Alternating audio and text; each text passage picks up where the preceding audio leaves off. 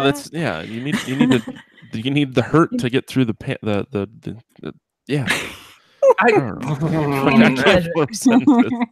Too busy fixated on balls. Did your testicle not work at first, or was it something you did to yourself by playing around with things? Like, did you? I was born with a hernia. Yeah, I have fucking surgery. I have a scar I can't show you on the internet. You had some fun with some Lincoln Logs that you weren't supposed to. Well, those went in my butt. And when it says 3 and up, it doesn't mean in your asshole, all right? I thought it was a challenge to see how many I could fit in my butt. No challenge. How are you, Amy? I'm good. Is that a tone? Just about right. Yeah, now we're good. So I apparently was so drunk last night, I didn't realize that you responded to my message when I asked if you were drinking with me tonight. Oh, yeah. No, because I went to send you the link and I was like, I don't remember that happening. Oh, yeah. Oh, yeah. No. I sent that to JF. I was like, Matt just asked me if I was drinking or if he had to behave. And he just goes, oh, that sweet summer child. You know what? Sometimes I never want to assume that people appreciate it. Continue to drink as much as I do. I wasn't going to drink yesterday, and I texted a buddy of mine. I said, but these beers aren't going to drink themselves. Nope. No, I'm not going to get through this holiday sober at all. See, tomorrow's the only day that I have to do anything because we don't talk to half our family. Oh, fun. Well, it doesn't bother me. Yeah. We're going to see that Holmes and Watson on Tuesday morning. Oh. So I'm like, that's probably cooler than hanging out with my in-laws. Mm-hmm. So, does that open directly on Christmas Day, or is it? Yeah. Damn it. Aaron wants to go see a movie tomorrow, and I was like, "Well, you showed interest in going to see Into the Spider-Verse," and she's like, "No." I'm like, "Yeah, all right." So, fuck. I said we can go stare at Jason Momoa's tits for a couple hours in Aquaman. She's like, no, he's hot, but I don't really like. That's at home time. No, she's not into him. She likes Ron Swanson, so which works out well for me.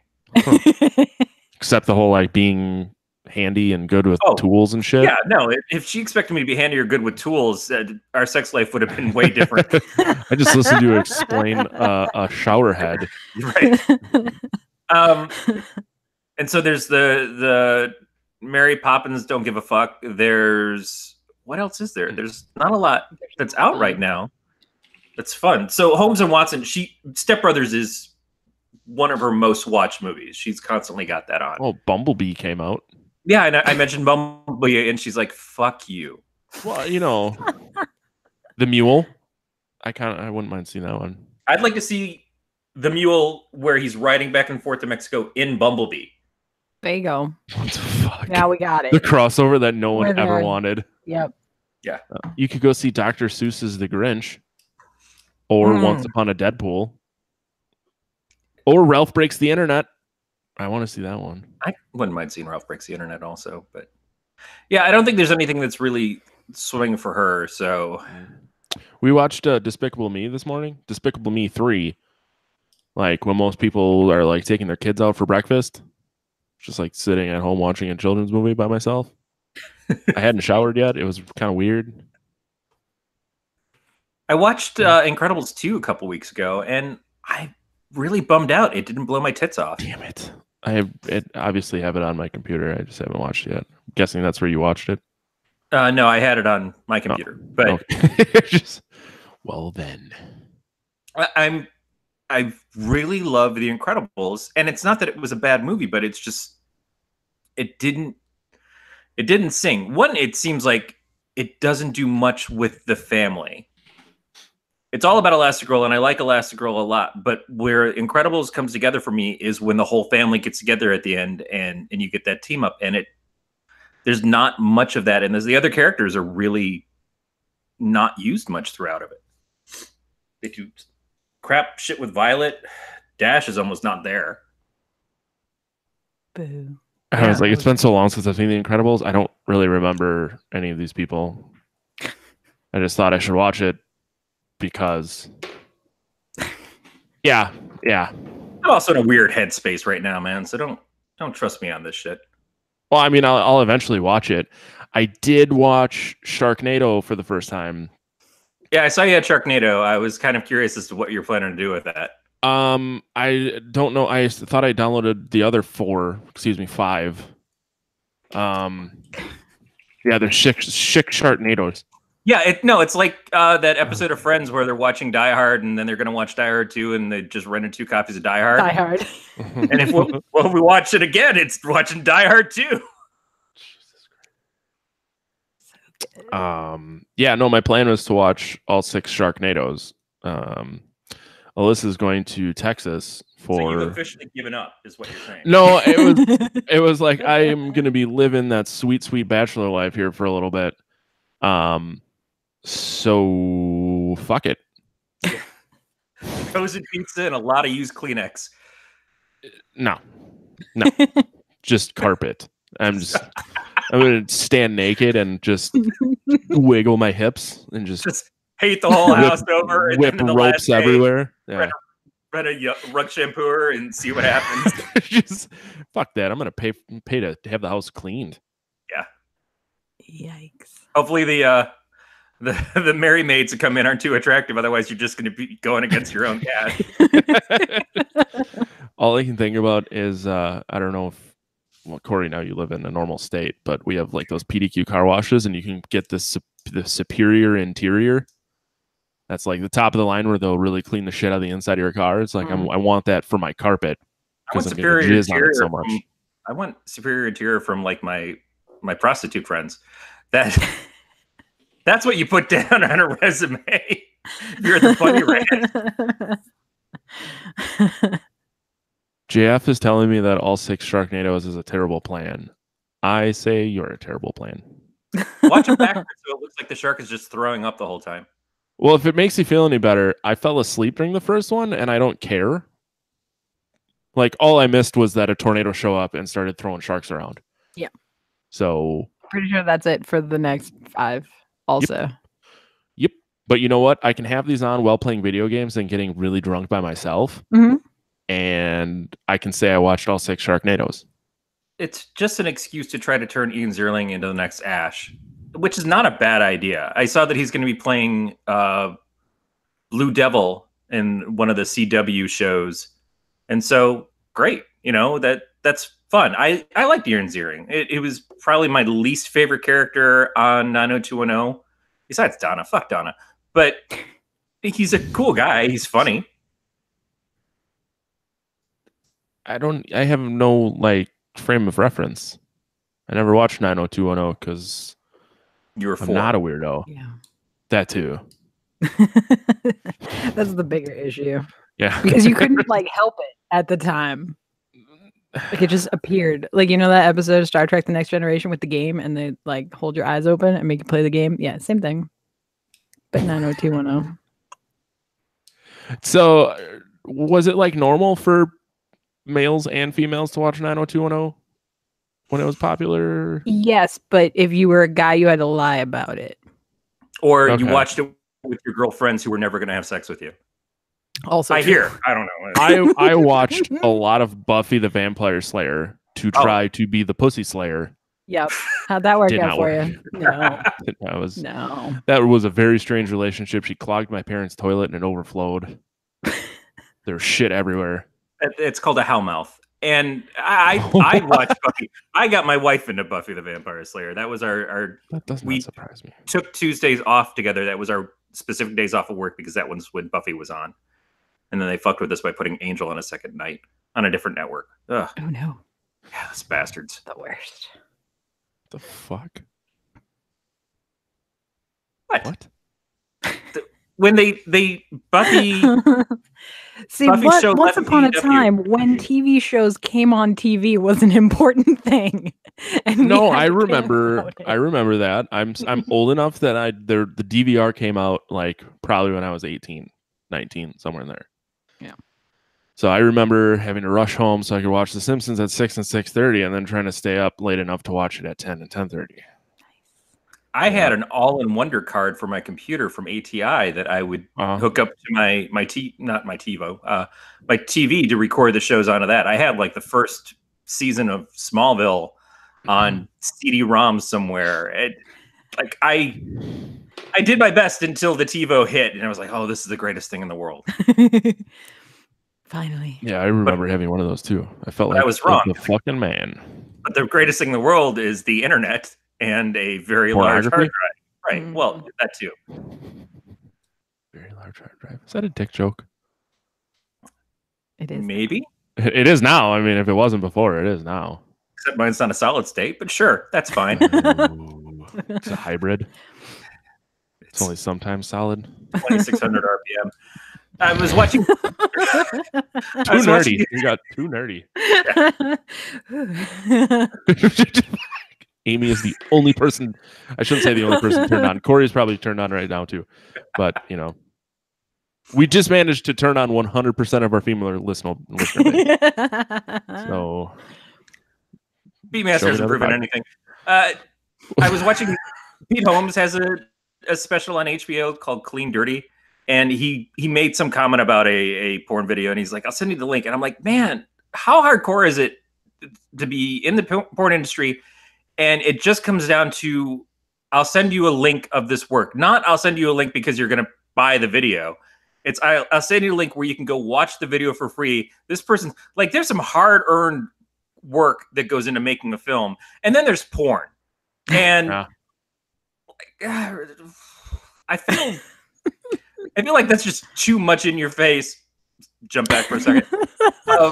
We're not paying for this. We are not paying to see what you do, but we're going to enjoy the shit out of it as much as we can.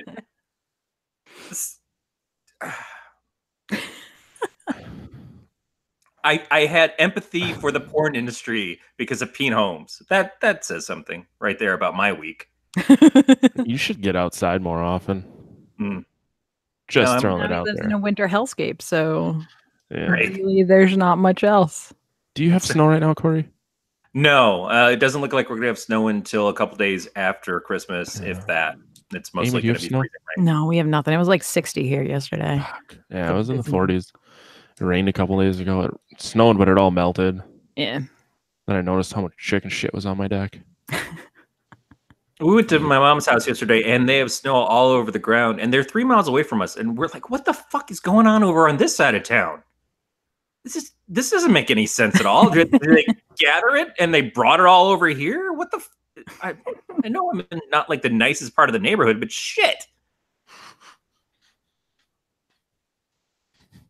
It's okay. I was trying not to shoot beer everywhere. It's a holly jolly bullshit, is what it is. I guess this will come out on Christmas, so Merry Christmas. Yeah, we're doing everything we can to up our listenership by putting out the new episode on Christmas Day, when everybody just gathers around the fire. Some family's going to sit down to listen to this. Talk about us jizzing on carpet, paying Mary maids to clean my crusty carpets. Yeah. Hopefully not my dad. He has oh, God. No, well, he won't mind because we're not Jack. Right. He only hates Jack. No, he doesn't hate Jack. He hates the F-bombs that come out of Jack's mouth, and it's like, oh, Dad. So, how's everyone doing? It's super good. Thanks. I assumed no one was going to answer me, and I was just going to feel like a dickhead. Amy, what are you drinking? I'm drinking hard cider. Sounds good. See, will you wassail? I will wassail. The fuck is a wassail? You looked it up, you dick. Yeah. Was I drinking? I was probably wassailing at the time. Right, exactly. God damn it. I'm going to look it up again. Or he's going to go back to the episode and listen. Oh, yeah. No, now I remember it. All right. It's in your search history. Like, what kind of weird bestiality porn is this wassail thing? Yeah. So are you really drinking wassail? Me? No. Yeah. I have. I would. Yeah, see, I could see Amy Frost as a wassailer. You know, I'm a lot of things. Is that a pickup line that would curry your favor if someone was like, "Hey, baby, you wassle." Yeah, but only like the people who are dressed up singing carols outside the mall. Yeah, That's legit the one person that works on. It'll really burst the bustle at the Dickens Yeah. Fair or whatever. Yep. It's just like that was a lot of hard words to put together. That's so good. Just JF made a joke about my search history. Mhm. Just said it's in your search history. Me, what isn't? It's a good point. Uh-huh. Wassle porn, although I've wassle bukkake. I haven't got to that one yet. Yikes. Wassle kaki. That is a real hot and sticky kind of concoction. Tell me someone hasn't done it. You just put a tarp down and just wassle some sluts.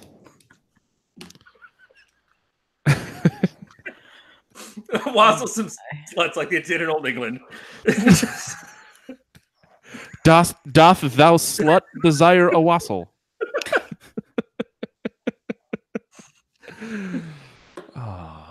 The whole reason Jack the Ripper went off is because he had a hole in his mug. Oh, that poor bastard.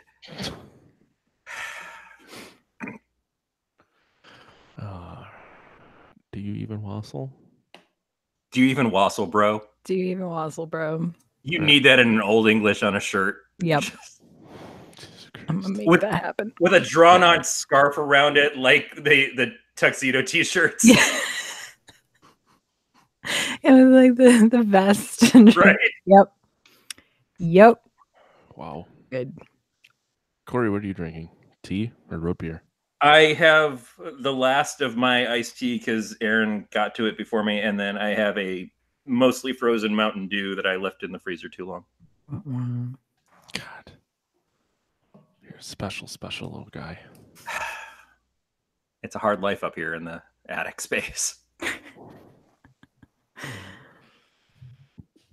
Can I start calling you Hugo? Like Bart Simpson's twin brother, Hugo, that lives in the attic? Oh, God. Everybody had a twin on that show. What? No, I don't think there was a Maggie twin. No. There was just the evil baby with the unibrow. Yep. Yeah. I don't think Lisa had a twin. No, but didn't she make one up? Or am I making up Lisa Simpson episodes? I don't know. There's There's your fan fiction. It's cool. Simpsons fan fiction. I don't know. They're starting. Like I can't finish episodes anymore. No, it's difficult. They start singing, and I have to turn them off. I just get to the last clip of it before it goes into Bob's Burgers, and that last 2 minutes of Simpsons that it records is always just. Well, I don't know what they did this episode, but I'm sure it was bullshit. Yeah. I get the most new episodes watched when I'm at work because I just have it on my computer and I generally can't stop what I'm doing to turn it off. So like that's how I get through the Simpsons episodes now. It's a sad situation. I do still go through the first 11 seasons pretty religiously though. I am watching a lot of Laugh TV. Laugh is the station on cable, and it plays Home Improvement 10 p.m. Yeah, so it plays Home Improvement, which I don't watch. But about the time that I wake up in the morning is Spin City, which I think had about 5 seasons, 2 of which had Charlie Sheen. So you already know it's not good. And most of the people on that, I think the whole team went over to do Scrubs, which I like Scrubs a lot.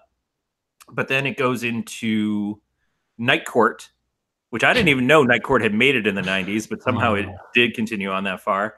Yep. Then it goes into the Drew Carey Show and then Third Rock from the Sun. And all of these shows I've discovered are, by today's standards, incredibly problematic. Mm-hmm. It is just so messed up how they treat the female characters in these things. And the amount of gay jokes, which we do on here, because I like Matt. I think he's cute. It's not so much a joke as a like, please accept me. And so I just like, but I can't not watch the shows. And I'm just trying to get through the end of Drew Carey to see what that final season was like, which I know was probably not good. One of the characters had left. The main woman from the show had left and I think went over to Scrubs actually. And but it's just in the last 2 seasons, it's just him trying to find a wife So he's rented a hall. He's got a specific day that he's going to get married, and he needs to find the girl who's going to marry him. So that's all it is for the final two of Drew.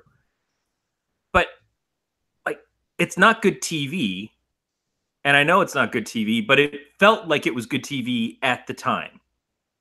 Like the Drew Carey Show, very popular. I liked it. I didn't watch it nonstop, but I enjoyed the show. Night Court, I was a big fan of for at least the first few seasons. Fucking bull. Yeah. We used to play the Night Court theme song in my first band. Nice. Oh, man. Yeah, it was awesome. Just because our bass player could go boom, boom, boom, boom, boom, boom, boom. Yep. But those shows were like, they were the shit, you know? And now you look back at it, it's, what the fuck was I on? Oh, I was 15. Well, not only that, but what are your other options at that time? That's true. That is, yeah. I mean, Thursday nights on NBC was big for a long time. Yeah. But it was The Cosby Show, Cheers, whatever happened after Cosby Show. I don't remember what was in that spot. I have no idea. Yeah, it's weird, right? There had to be something in between Cosby Show and Cheers, but dog just made a weird sound. I don't know what it was. I never watched The Cosby Show. I was too young. I'm trying to remember what was on TGIF. Step by Step? Step by Step was on TGIF. Yeah. I don't know if Perfect Strangers. Yeah. Growing Pains. Not Growing Pains. That was earlier. Fuck this. I bet there's a TGIF wiki. Full House. Full House, not Growing Pains. And Family Matters. Family Matters, yeah. I didn't watch the shit out of that one. Oh, not TGI Fridays, Restaurants. Do you think they did Family Matters just because the guy from it already had the policeman suit because he wore it in every fucking movie before that? And so we're just, hey, we're going to do the show about you. We're going to call the guy Carl Winslow and he's going to be a cop. Well, I have a cop suit. Yeah, we know. We're trying to save on the budget. Did you ever see someone like made a video game cover and it's Carl on duty? That would be great. I'd play the shit out of it. You just kicking Steve Urkel out of the house all the time. I look forward to the 20-minute cutscene where it's just him talking about how he shot a kid. Wait. You ever watch Die Hard now and fantasize that the kid he shot is Steve Urkel? I have Die Hard. What is also I'm gonna watch somewhere in the middle of the Sharknadoes. Just gonna break it up. It's like your palate cleanser between Sharknado 4 and 5. You have to keep in mind, my wife is gone for like 6 days, of which I have to go to work for like 2 of them. Oh God! So you didn't try to get those 2 days off so you could just go with her. No, or rather, you weren't invited. I was invited. I just have no desire to go drive to San Antonio, Texas, to attend the wedding of 2 people that I don't like, and we would then have to board the dogs, and I'd have to go. Just don't fucking want to go. So I got stuck taking care of the animals in exchange to stay home. You just saw 6 days of masturbation time. That's all it is. You can tell us. We're friends here. I saw 6 days of masturbation and day drinking. So business as usual. Yeah. It's just I don't have to sneak into the other room to rub one out when she's home. I can just stand in the kitchen in the front window and do it. Empty a bottle, fill a bottle. Empty a bottle, fill a bottle. Pretty much. Yeah. Someone fucking ran over our mailbox, and I was like all old man pissed off about it. I don't know who it was. I'd like to know, because now I have a chore to fix it, and I'm not excited about that. Did I tell you guys last week that someone ran into the restaurant across the street from us? I think so. Yeah, right between the gas line and the electrical line. Thank God. Oh, yeah. Jesus. But put a big old hole in the back. Bar would have blown up. Yeah, they knocked it out good, and fortunately nobody was in that room, and the guy who did it wasn't hurt. He just good. He was in the wrong gear, and, like pressed down on the there gas. Was so where the city I'm from, there was a gas station by my parents' house. A guy was pumping gas, and he went inside to pay, and his girlfriend or whatever was still in the passenger seat, or vice versa. She went in to pay, and he was in the car, and they didn't move to the driver's seat. They just like leaned over to move the car up and slipped and hit the gas and drove through and killed the girl working. Oh shit! It was fucking insane when it happened. Yeah. So I mean, I've never been in a situation where I've been in the wrong gear or hit the gas when I should have hit the brake, and like anything bad has happened. But it's kind of strange how often it happens. But it's like with anything, where if you do something long, like enough times, you'll start to get a little too comfortable with it, and that's how you get in accidents. Yeah, your brain just goes on autopilot. Yeah. It happens. It happens so much when I'm driving, where I get home and I'm like, "How the fuck did I get here? I don't remember any of this." Mm-hmm. I was driving to work one day and I left my house and I went in the wrong direction towards a job I hadn't worked at in about 15 years. And I was almost I'm like, where am I? What am I doing?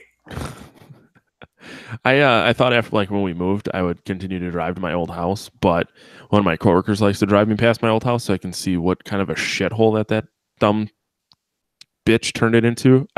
I cycled through mean names to call her and settled on bitch. In case either of you were watching my face. Well, I think we know who took out Matt's mailbox now. Could have been her. Fucking slapper. That's my favorite Popeel toy, the slapper. The slapper? You want the lights out, you just go over and beat your significant other. just hit her until she turns the light off? No, you do it, and then it hears you, and it's like, oh, I don't want to see this. There, a little bit of domestic abuse humor here on the Podcast of Terror. Merry Christmas, everybody. Oh man, there's gonna be at least one case of domestic violence on Christmas this year. It goes by the case, I think. Probably.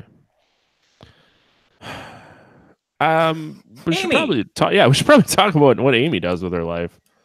Oh, I don't know about that. I mean, you should at least have an opportunity to push what you're doing. I mean, I do good stuff. I make things mostly.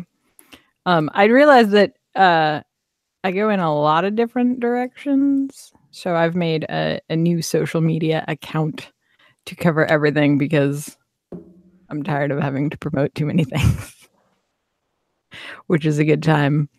Yeah, so I go by Daniora on the internet, Daniora, and you can find me literally anywhere, and that's what I do. I have my shop, which is a good time. And what do you do in your shop? So I do a lot of cosplay stuff, a lot of gaming supplies, dice bags, that sort of thing. Yeah, it's a good time. So far, so good in that whole small market handmade item thing. Oh. I don't know why I do it. Fuck. I must like it. Etsy's just over there in the corner like, shut up. What are you doing? Come on, we're trying to make a living here. Oh, it's great. Do you have an Etsy shop? I do. Danioracosplay.com. Oh, boy. Daniora. Yeah. You guys just keep talking. I'm going to do some shopping here. Just in time to not get anything in time for Christmas. To get nothing in time for Christmas. I didn't say time for me to realize anyone else. I didn't put it on. I have not put my shop on vacation for the holidays. So I know he's hoping to get into his house for when his wife's gone, and he just wants to buy whatever's the most absorbent. Ooh, a cloth dice bag. I could jizz in that. How much cum could one of these things hold?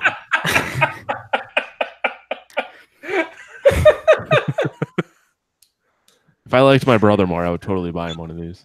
What? What is that segue? What? How much cum does this hold? If I like my brother more, what? Yeah. Because he plays D&D and he really likes Legend of Zelda. That is a good combo. But I don't like him enough to spend that kind of money on him. Well, then it's not even that expensive. That's just how much I don't like him. Just send him one of your pre-filleds. Yeah. Oh, that was taking it too far. All right. Yeah, it's a little far to say I'm going to send my brother a pre-filled jar of cum. I didn't say jar. Satchel? Yes, exactly. A pre-filled sack of cum. I took a turn. I'm sorry. I would expect nothing less. I like I put it back on you, so you had to spell it out for us. I really liked all your stuff until I saw this stupid Doctor Who hat. Listen, top secret.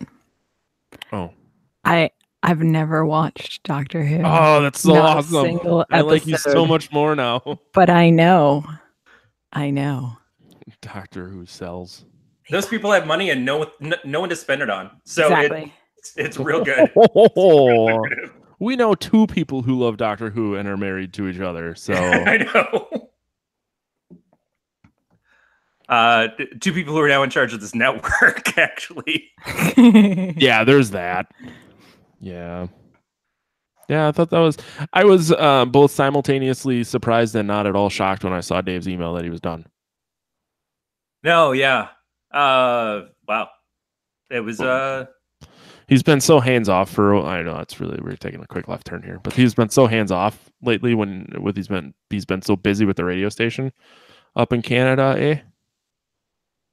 Yeah, well, you work all day, you come home, you kill a bear, put food on the table. Fucking, I would love to see Dave skin a bear, just naked, sweaty, just skinning a bear. Gotta turn my camera off real quick and rub one out. And then you can fill your little bear pouch. I'm gonna start saving it up to fill up this Legend of Zelda dice bag. Yeah, I don't know, man. I'm really good at making you not say anything. So, Amy, Dena, where did you get the name from? So, back a long time ago, I was playing in a Conan RPG that my friend was running. Is that the one with the dicks?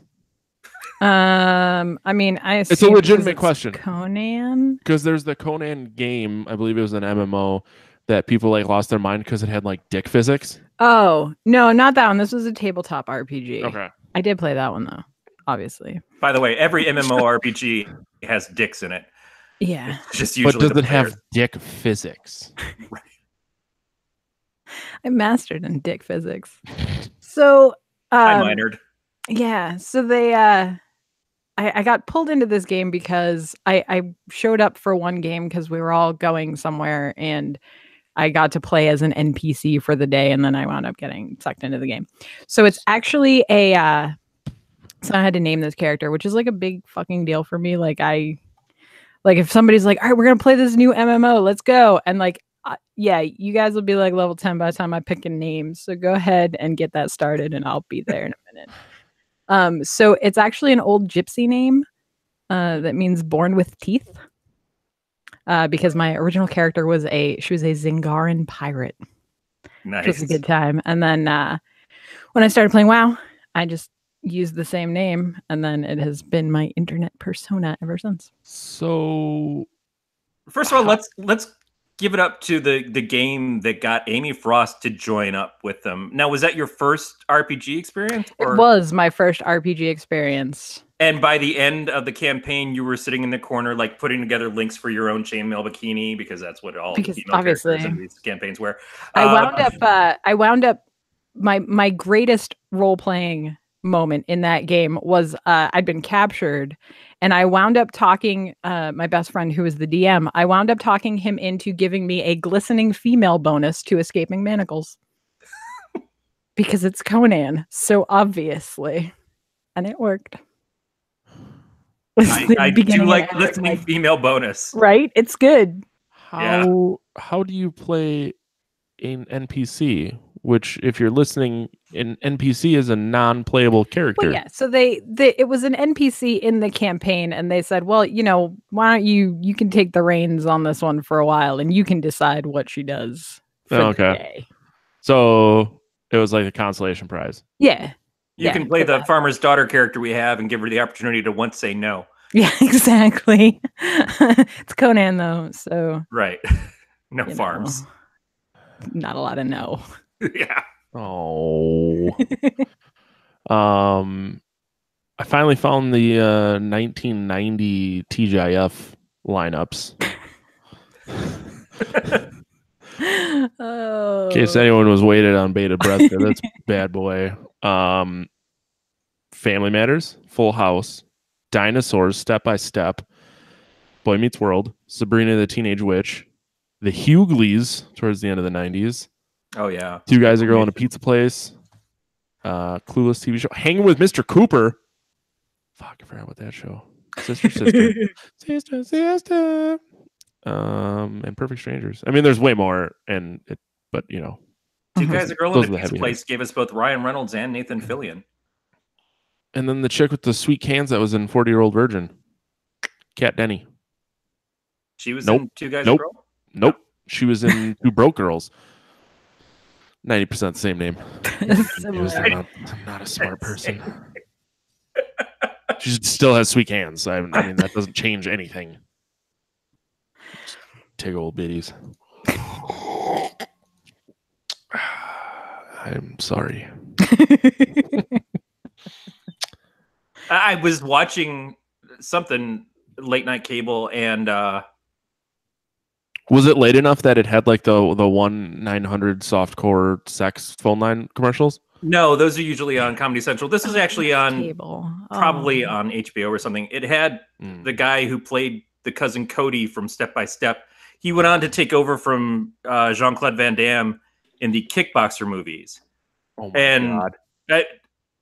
Going back to Amy's gaming experience, like everything in the Kickboxer movies was somebody's girlfriend / wife gets raped, and then you have to beat up the one bad guy who was the same dude in the whole series. They basically took the concept of a Mortal Kombat tower and made it into a movie. But it's just basically, you killed my someone gets brother, raped. raped my girlfriend, and now I defeat you in a cage match where I've got glass in my hands. Over and over and over again. So this is like we've gotten to Kickboxer 4, and not only has all that stuff happened multiple times to this character, but he also got imprisoned because they said he did it. I don't know. And then he's trying to get out. And so his wife is now on Rape Island with the dude who did it. Like, where is Rape It was a Island? terrible vacation. well, I assume it's by Mar-a-Lago, but it's still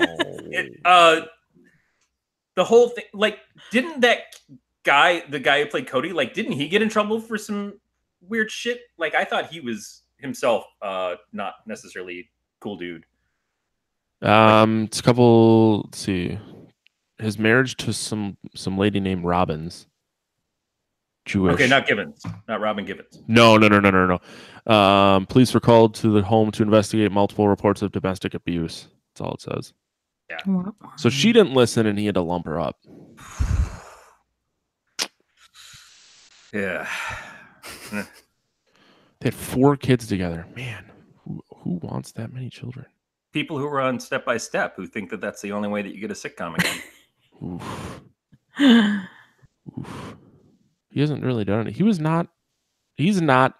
Oh, that's just his TV. Doesn't have his film credits. Let's go to his IMDb. I need to find out which Kickboxer movie he was in. Did you ever see Lionheart? It's like a Jean-Claude Van Damme movie. That's the same thing as Kickboxer, but he fights in And Bloodsport.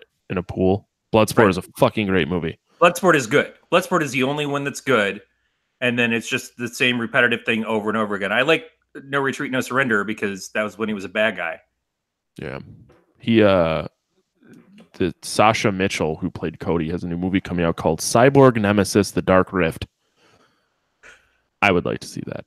Wasn't Cyborg another Jean-Claude Van Damme movie? The first one. The second one had Angelina Jolie. I can't tell if you're fucking with me or not. I'm not fucking with you on this. I know it's sci-fi, so it's your favorite genre ever, but yeah. It's Jean-Claude Van Damme. Was in the first Cyborg, and then the second Cyborg was Angelina Jolie. If I remember correctly. You're not Cyborg. Pre-enhancements. She had enhancements? That's what I was told. I've never seen the movie. I don't know. JCVD was in Cyborg 1. I had to shorten it, you know. Let's see, Cyborg 2. It's probably like 9 Cyborg movies. Cyborg 2, Glass Shadow. Yeah, Angelina Jolie. There's a Cyborg 10. Huh. It's a pretty generic name. Probably not all in the same universe. Or they just don't care. I gotta watch this movie too. Shit. You really don't, man. You don't at all. I do, Corey. This is not me giving you homework. I mean, I feel like you're challenging me. Have you seen, and you No, haven't, I know you haven't, there was a movie called Brainstorm, which is the movie that Natalie Wood died making. No. Died meaning probably murdered by her husband and or Christopher Walken.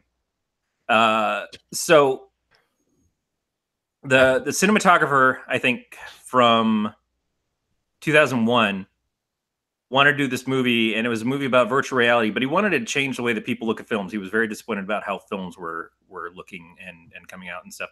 So he had this idea of doing this movie that took place half in virtual reality, but at a very early time when there wasn't really a lot of virtual reality stuff to draw from. So he'd film the movie in regular film stock, and then when you get to the parts with the virtual reality, he would go to a much higher film stock and a higher film speed. So it goes from 30 frames a second to, I think, 60 frames per second. But the whole movie is about recording people's thoughts and experiences with this huge ass machine with this cool rainbow ribbon tape going through it. And then other people being able to replay those experiences and experience them like they were doing it the first time. And some guy in one of the scenes has taken, like, dude went and had sex wearing the machine with this buxom blonde. And so another dude took that tape, spliced it so it was just continuously that one part over and over again of him achieving with this woman, and he sits in his den and he just lays there for days. And the wife calls up Chris Walken's character's like, "Hey, I think there's something wrong with Dave. Can you come over here?" And so Walken comes over and he plugs in another headset to the thing and he puts it on, and all of a sudden he's like, "Oh shit, I'm like in this Cumfest too." And that's what I figure your week without your wife is going to be, is like, we're just going to show up at your house and going to be plugged into some machine. I was really wondering where this whole thing was going. Yeah, it's basically like, Matt, we're worried about you. And you know you don't have a good heart. It's just... Did you ever see the South Park where they don't have the internet and Stan's dad doesn't get to jerk off, and then he finally finds like the computer in the tent, and then he just gets slathered in dewy cum? No, I assume that's how the Amish do it.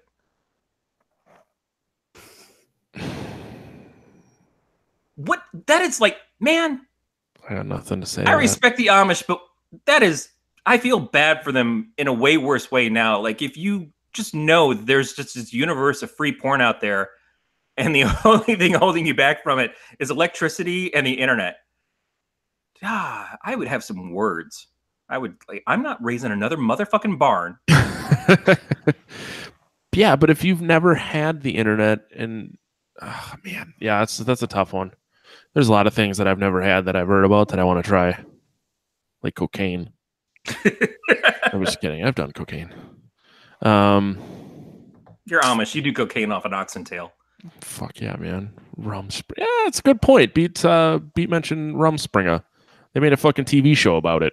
Well, that's even worse, because then you know that internet porn is out there, and then you can go back. That's true. That's like, hey, there's all this stuff that you're never going to get to see, but when you're 18, we'll just send you to Vegas for a week.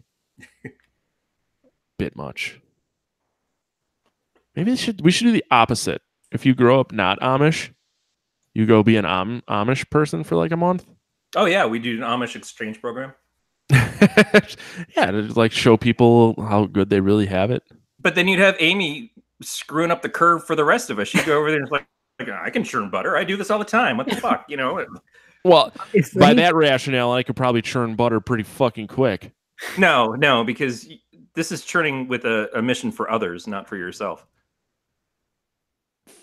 Yeah, but at the end of it, I get sweet, sweet butter. No one's going to trust your crock.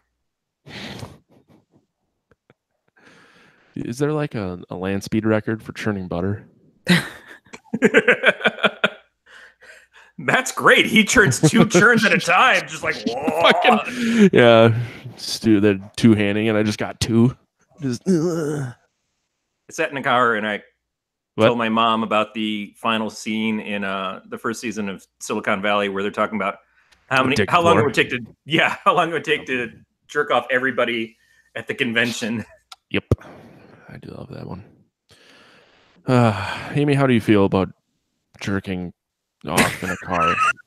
I don't know. You're pretty quiet over there. I'm trying to keep you engaged. That's the way to do it. Oh no. That's it? That's No? it. All right. That's all I got. Oh, right. no. Too over this shit. What?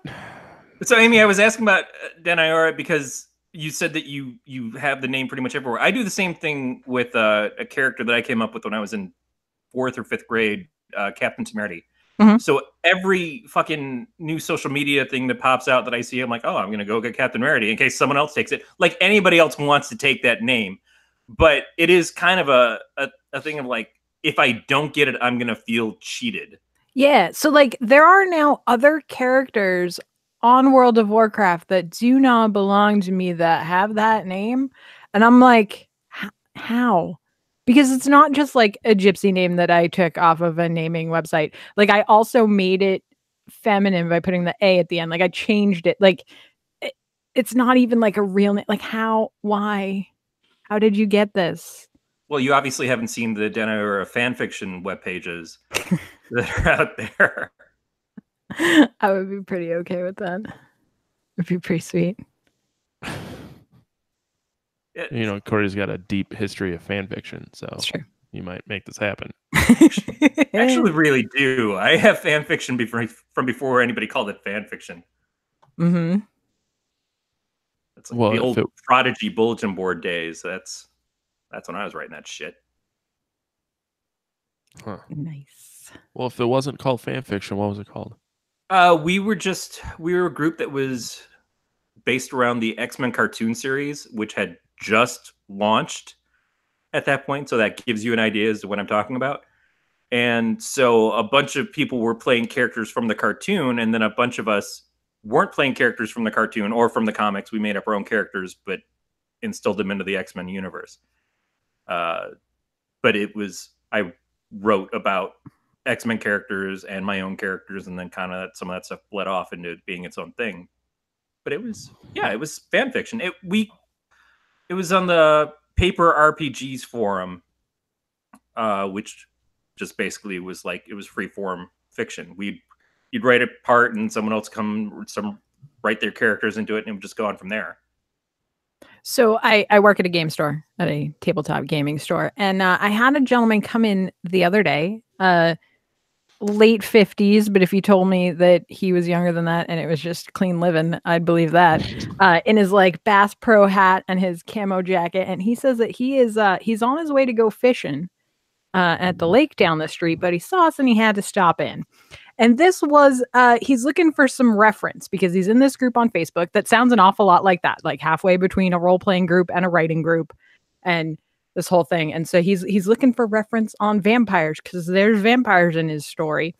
And so at this point I tune out a little because that's self-preservation when you work in a game store. Because eventually you got to do, I call it the D&D nod, because I do not necessarily care what your half-elf paladin is up to these days in this game that I'm not playing in. So he's going off, and you see he's related to the king, and he and his brother are in the King's Guard, you see. And so something goes missing. I don't know. I know that we're going to go south, and we're going to loop back around to the west. And so I do tune back in eventually when he says that this girl has joined the party and she can control a dragon. It's not just any dragon. This is the king of the dragons. This is the most powerful dragon in existence. All right, cool. Good storytelling, bro. But the way that you can control the dragon, and he looks at me and he says, "Now, I don't know if you're 420 friendly, but the only way that you can summon and control this dragon is to use the dragon's pipe and smoke the dragon's ashes." So now I'm fucking into this story, and I'm like, go on. You were saying. So I have so many questions. And Well, then- I know, for instance, that Matt is going to be spending the next 6 days controlling the dragon himself. That whole thing sounded like a You ain't euphemism, wrong. and pretty much like you were going to get embraced by the end of it. I worry for you because I've worked comics retail. Yeah. I've worked comics retail at 3 different stores. I've managed a store here in Michigan. I went out to California to start managing a store out there almost immediately, and then was assisting managing a store right before I got my last job. Oh yeah, I am acutely aware of how often I am all alone. Yeah. Oh yeah, acutely aware. Yeah, I had one of my best friends working with me at the first store in California. On a Saturday night, I was in the back. I was counting out the drawer or the register towards the end of the night, and she's up front, and somebody comes in and starts talking to her, and I get that page. Corey, can you come up here immediately, please? Yeah. Yeah. So how do you get the ashes of the dragon if it's not dead? I have no idea. No idea. But he had to go get fishing. But he was gonna come back and talk to me, and I was like, so. It's good that he left it open so that you're looking forward to him returning, though. I'm now interested. Did you help him? This was not at all where I thought this conversation was, because I'm just doing the nod. Yeah. Oh yeah. No. Yeah. Oh yeah. Knowles, huh? Yeah. They are bitches. Yeah. No, I know. What does it matter if you smoke weed if in this game you have to smoke the dragon's ash? Like, I don't know, but this was apparently very important to this man. And I wanted to say, sir, I manage a board game store. What the fuck do you think? Do you think this guy's ever touched a boob? Clarification. A human boob. He's probably touched fish boobs. Female boob? Yeah. Man boob, I guarantee.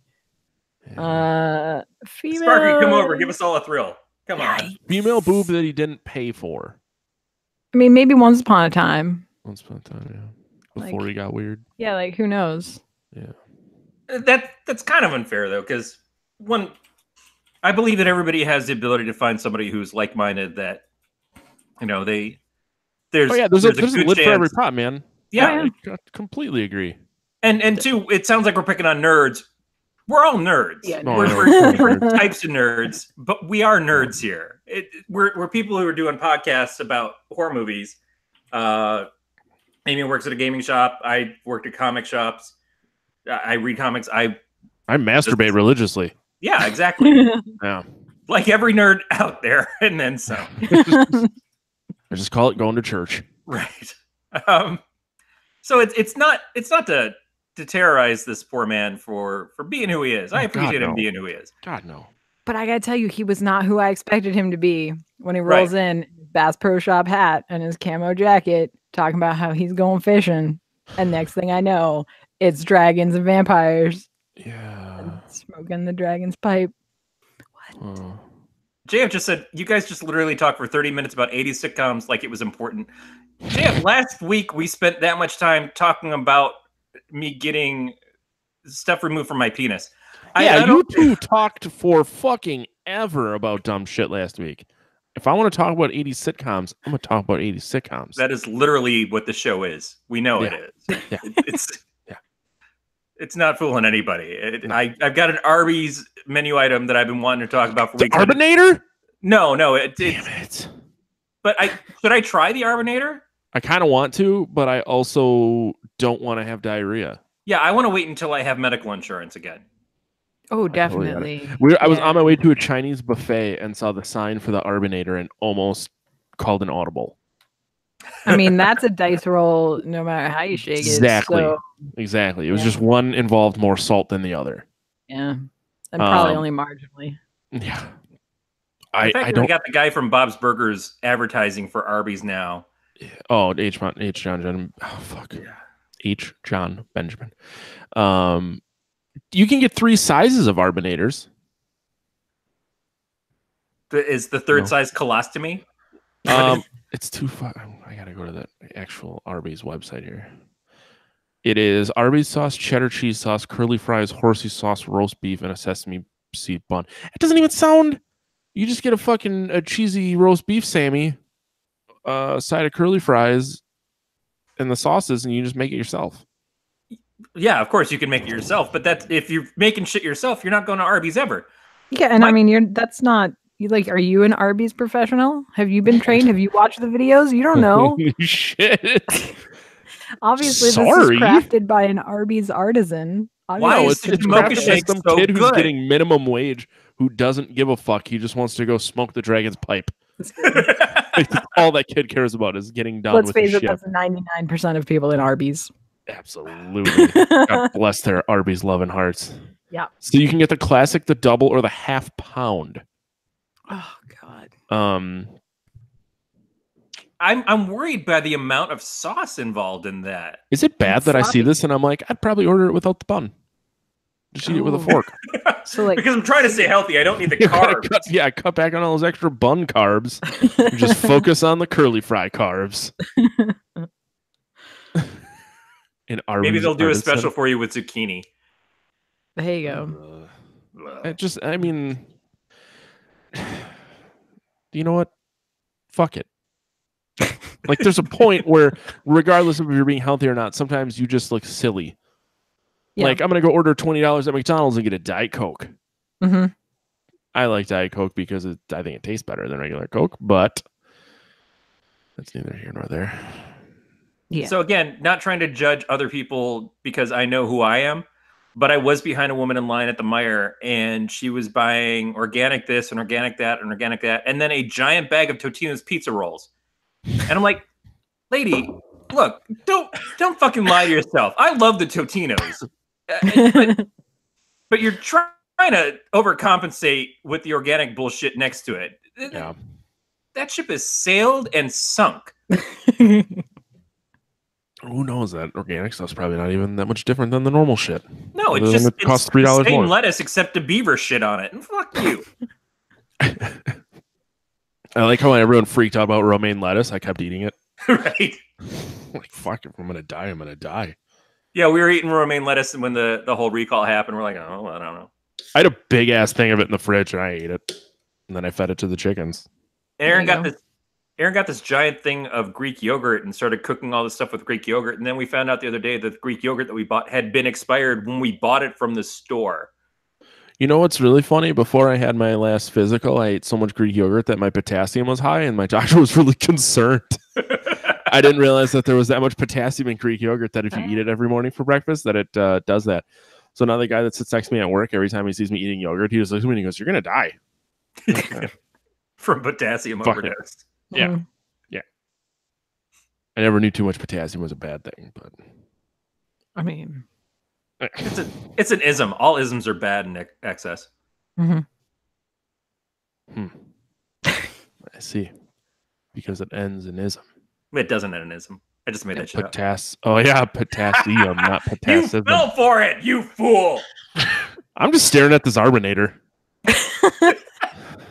Like, hey, baby, Yeah, wanna come right, back to like, my place? What are you doing later? My wife's out of town. Just you, me. I'm gonna pull out the tarp, turn the lights down. I got a fireplace. I'll turn it on for the Arbinator. So I just picture Matt laying on a mattress on the floor, giving himself a spring shower, and every once in a while he gets a little hungry and just turns his head to the right, and there's the Arbinator on its wrapper next to him on the mattress. He just takes a little nibble off it and goes back. Every time I look at it, could Careless Whisper play? I think it has to. Yes. Oh, this is so awesome. That's like only like 2 steps removed from an actual Arby's commercial, though. Is the thing. Like, it's just not that far off. I like it. I'm gonna record this and send it to him and see what happens. Probably just get a cease and desist. Please never contact us again. Yeah. That needs to be your TikTok video upload, though. Is just you laying on your back with an Arby sandwich next to you, and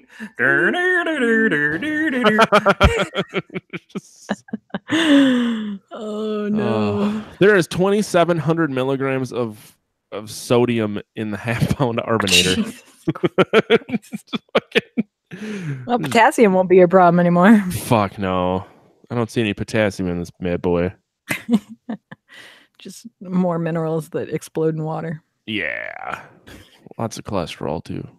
My wife wants to make a chicken A with McGangbang? stuffing. No, it's No. it's a casserole. She's going to make a casserole for Ooh. Christmas Day that we're going. And it's like chicken and I think she was going to do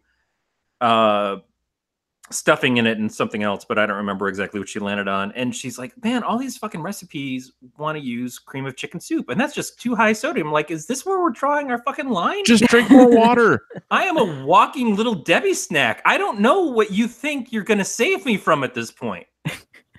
You know, there's I've always wanted to do this. You take leftover stuffing and you put it in, and this actually is all going to tie really well into the show that we watched. So I feel like this is going in a good direction. But you take stuffing and you put it in a waffle iron, and then you press it and you make buns out of it, and then you just make like a turkey sandwich. Yeah, I saw an entire cookbook of called "Will It Waffle," and it's all about like cooking bullshit in your waffle iron. And I am like all about that life. Like I pretend I'm not. Because dude. I like make marshmallows from scratch and shit, but also I'm not above putting frozen tater tots in a waffle iron. Wait. You make marshmallows from scratch? Yeah. Oh, Yeah. yeah. How do you go about doing that? It's actually super cool. It's like this bizarre like confectionery alchemy. You take gelatin and then you add hot sugar syrup and you just use a mixer for like 10 minutes on You high. whip it like you would whipped cream. Yeah.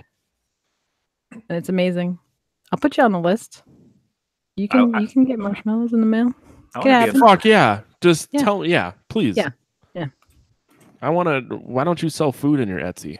Because that's a pain in the ass. Like, no, I don't doubt it one bit. The amount of like fucking permits and nonsense. Like, no, I don't want to play that game. Fair enough. Yeah, that's got to be a one-on-one deal. That's a special item. The cost has got to be really high. You got to be accepting of whatever the timeline is. I follow this young lady who has been to help pay for her college. She does cheesecakes up in Santa Rosa, California, and I see her stuff and I'm like, oh, this looks really good, and I repost it because I know people still in the area. She messaged me the other day. She's like, hey, it's really great that you keep sharing my things. You know, if you're interested in getting a cheesecake. I'm like, I moved out of the area. She's like, well, I do mail them. Oh, yeah. Do you know how hard it is to mail something like that across the country? Beatmaster will attest to this. I was on Dick DiBartello's show on Twit a few years ago, and I kept bringing Twit cupcakes from the local cupcakery. And I was like, oh, I want to send you cupcakes. He goes, yeah, you probably shouldn't try to make promises like that, because when you figure out how much it costs, it's going to cost more for the postage than it does for the actual cupcakes. So I go to a convention out in Chicago for miniature wargaming, talking about being a nerd. And one of the events is a cake match, which like you legitimately like enter a cake. It's a cake competition. So I have twice now packed a baked cake and the supplies to build and decorate it, and in a suitcase, and put together award-winning cakes in a hotel room. And when is this? That is it. It's at the end of March this year, Adepticon. Oh, that's stupid. Yeah, it's. I just wanted to come eat your cake, but I'll be in Texas at the end of March. Decepticon, my favorite of the Transformers from Generation 2. I'll be in Texas all those days. Dumb. And I totally know where that is. I love Schaumburg. Go to Kuma's when you're there. Kuma's Corner. I talk about it all the time. All right. Let me see how close it is. How close is Kuma's Corner to Rape Island?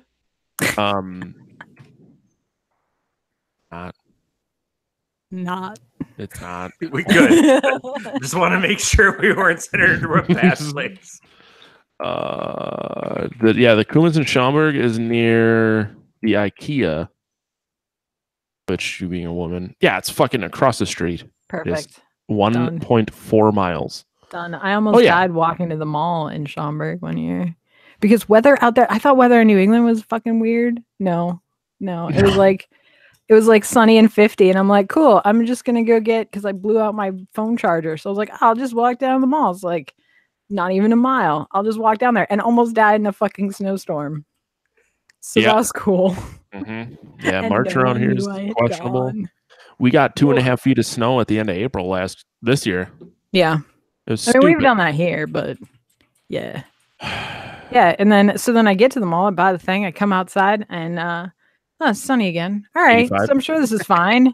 And then almost died in the snowstorm on the way back. And I'm like, this is dumb. Yeah. Why do people live here? What is this? At least, I mean, Schaumburg's not bad. I think Chicago is an armpit. Yeah. Like we're going, my wife and I are going to a true crime podcast festival in July, Nice. and it's in like fucking downtown Chicago. So like true crime will happen at the festival. I hope not. I don't want to. It's like a murder mystery party with 800 podcasters. Mm-hmm. Which, you know, if I have to drive, Marcus Parks is the one that killed everyone. I'm just gonna call it now. Oh, all right. If I have to drive to downtown Chicago, I might kill someone. Like no, like don't. I really don't want to. Nope. Well, and then, dude, yeah, I don't want to complain too much about it, but it's gonna happen. I figure it's gonna be like $75 a day to valet a car. So I might as well just fucking fly there. So not much as bullshit in San Francisco. Oh, yeah. I'm so glad you moved out of there. I am too. That conference that I was at the year that I saw you is now in Austin. They were smart. Have you ever been to Austin? It's like San Francisco, but in Texas. In Texas, yeah. And less homeless people. But is it like 90-degree hills? Is it? No, it's just hips. I call hipsters hips now. Just hips. Yeah, it's just them hips. That sounds like something you catch from hipsters. I got hips. Case of the hips. I got the hips, and now I can only drink craft beer. God damn it. Hey, although I do love a good Coors Light. Yeah. My breath tastes better, but my wallet is always empty. Living my best life. Yeah, I was talking to I got a couple tattoos the other day, and I was talking to my tattoo artist, and he was like, I bought this, like, it's a 1-finger brass knuckle that like this family makes, and he goes, it's attached to your keys. He goes, so if I ever need it, it's like $100. I feel really bad. I'm like, I spent like 150 on 3 bottles of beer. Yeah. And he just kind of was like, yeah, I guess. I'm like, yeah, it could be worse, man. I'm like, at least you could beat someone up with yours. I'll just get drunk and try to beat someone up with mine. What does a 1-finger brass knuckle do? JF's got it. It's a ring. Yeah, I guess. And I was like reading that. I'm like, yeah, no, it is a ring, but they gave me a 1-finger brass knuckle when I graduated from high school. Right? From Justin's. I never bought a class ring. Thing. I do still have a letter jacket though, somewhere around here. That's hot. I got all my bowling medals on it. Whew. So sorry, Amy, I need you to keep your pants on. I have my chorus varsity letter on my letter jacket. I got a letter from playing in band and soccer, and then the medals I got were bowling. Nice. So, I got invited not to reapply to graduate from my high school, so there's that. What? Can we get a little backstory here? Yeah, I was going to high school, and I went back for my last year, and they suggested that I not return. Oh. Cool. Sounds really sad. I'm sorry. Yeah, I know. That I said I was too old. I turned 18 that October. I was turning 18 that October. There was a lot of reasons behind it, I'm sure. I'm not a cool dude. That's fine. I had my backpack confiscated because I had a Metallica patch on it. Well, I mean, that's shady. I also went to a private high school. Got to remember, when I was in high school, I had a jean jacket that was covered in striper patches. So I don't know how you didn't just swim in pussy. The striper jacket. I mean, I could swim in it, but then I would have to try to convert it to Jesus. So I thought of something really terrible, and I feel like I shouldn't say it, but I've been like totally just saying it now. Do you think Jesus would bless all that vaginal water? He would walk on it. Make holy pussy water? He'd moonwalk across pussy. He'd turn it into wine, but only for a couple of days each month. Did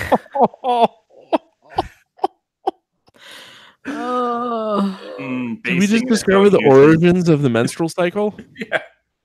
Oh, man. And now I'm just picturing a big orgy au juing itself. That's Jesus Christ. Oh. I'm going to hell. Well, I'll see you there. I'll save you. I'll see. we can like chill. Jeez. I got nothing. I guess that explains a hole in my penis. It's a stigmata. Oh, it's a dickmata. Oh, You want to talk about the show now? I feel like we should really take a fucking 180. I'm sure this will be another thing where we get pulled down from YouTube because the people who make a show will be like, we don't want that show reviewing ours. Yeah, no. Beatmaster called it a stickmata. Mm-hmm. The Curious Creations of Christine McConnell, which was pleasantly a lot more entertaining than I thought it was going to be. Yeah. It's a little out there. It was not at all what I watched the first episode because literally everyone I know sent me links to articles about it. Yep. Because it is my jam. So last week when JF was on and I said the name of the show and I'm like, hey, can you guess who our guest is? And he's like, it's basically Amy Frost if she had a TV show. Yeah, it is. And it's a lot of those because I get a lot of shit because I love Halloween, but like I hate scary shit. And so I get a lot of shit because I'm a cosplayer. So like I can dress up anytime. I do not have to wait until Halloween. But this show pretty much encompasses everything that I love about Halloween pretty perfectly. And so like I watched the first episode because I was hesitant because everybody wanted me to watch it because I'm a little stubborn that way. And because it's like, wow, that's definitely my gig mostly. And so I finally watched it and I watched the first episode and I was like, I don't quite know what this is trying to be. It's Henson Alternative, which is a good time because that's shit that the Henson Company does not really want to put their name on. So I'm down with that. And I'm like, all right, puppets, and it's a little creepy, and that's cool. And then the second episode showed up, and it's got like talk about like sweet nipples and ball gags, and I was like, oh, okay, all right, I'm in. I get it now, and I'm in. This is all fine now. I understand. Yeah, I think one of my favorite parts is every time she'd start like a cooking segment. Yep. And all the puppets are like, who is she talking to? What the hell so funny. is going And then on? by the end of it, like I wanted Rose for my own. Oh, yeah. Rose she's everyone's spirit animal, I think. I'm not big on New Year's resolutions. But I am adopting a motto for 2019, and it is, if they can't take me at my worst, then I'm going to burn down this goddamn house. So I'm going to live by that for a while and see how that turns out. It'll be fine, I'm sure. Just don't burn any houses down, and I mean, I just won't leave any fingerprints because that's the first rule of arson. That's my favorite part. Like, you're burning down the house. What I tell you, no fingerprints. Yeah, don't leave any evidence. And your fingerprints are all over that gas can. So good. Yeah, I'm kind of surprised they haven't already announced a second season, although I know that they're talking about it. Yeah, I mean, they pretty much said from the very beginning that if it does well, they'll do it. I'm mostly disappointed that we didn't get a Christmas special, right? With, like Rose in a little Christmas dress, because that would have been absolutely incredible. That's something to look forward to for next year. Yeah, and I mean, because one of the things is that Christine did most of the post-production work all by herself. Like she did the editing and all of that. So like she's very hands-on. She's not just like, you know, the star or whatever. Like she did most of the work on the show. And like, so that blows my mind. My one complaint about the show is, as a how-to show, it is not so much. It's very much, there's a meme that goes around the art community every few weeks. And it's how to draw an owl. And it's like, all right, so you draw 2 circles, and then you kind of connect the circles with like a curvy line, and then you draw the rest of the owl. And it goes from like 2 circles to like fully rendered owl. It's a very draw the rest of the owl show. Yep. Yeah, Um, and at first, like when she started making the bones in episode 1, Yep. I was like, Okay. "Oh, it's gonna be kind of cool." And then all of a sudden, she's like, "Yeah, just take out modeling tools," and I'm Yeah, like, it and went from then a fucking pretzel stick to like a big bone. And I'm like, yep. no, No. Well, So someone compared it to like if Morticia Adams, though I think it's a little more Marilyn Munster, um, and Martha Stewart were combined, and it's like old school Martha Stewart, like in the beginning when it's like bullshit that no one would ever do, right. which is what Martha Stewart used to be, and now it's all like, no, you can definitely do this, and you can. But it was way better when it was like, no one fucking does this because I Well, do. Matt, Because Matt and I have a friend, Casey Hansen, who old time listeners will remember. She was on an episode we did about Slumber Party Massacre 2.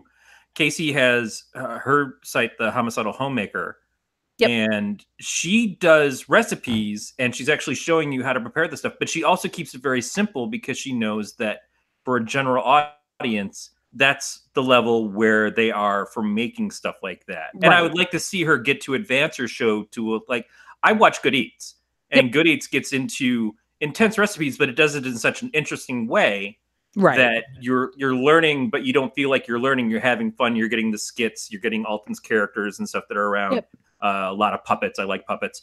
And so this show is kind of the opposite end of where Casey's show is. And as soon as we started watching it, my wife's like, oh, this is like Homicidal Homemaker, except it's not that. It's the other part of it, which is take the recipe that already happened, that you don't see her make the cakes, you don't see her make these things, and then it's just turn it into art. And even that is kind of, you're going to spend 9 hours doing this, and she tells you you're going to do this, and it's not going to look good.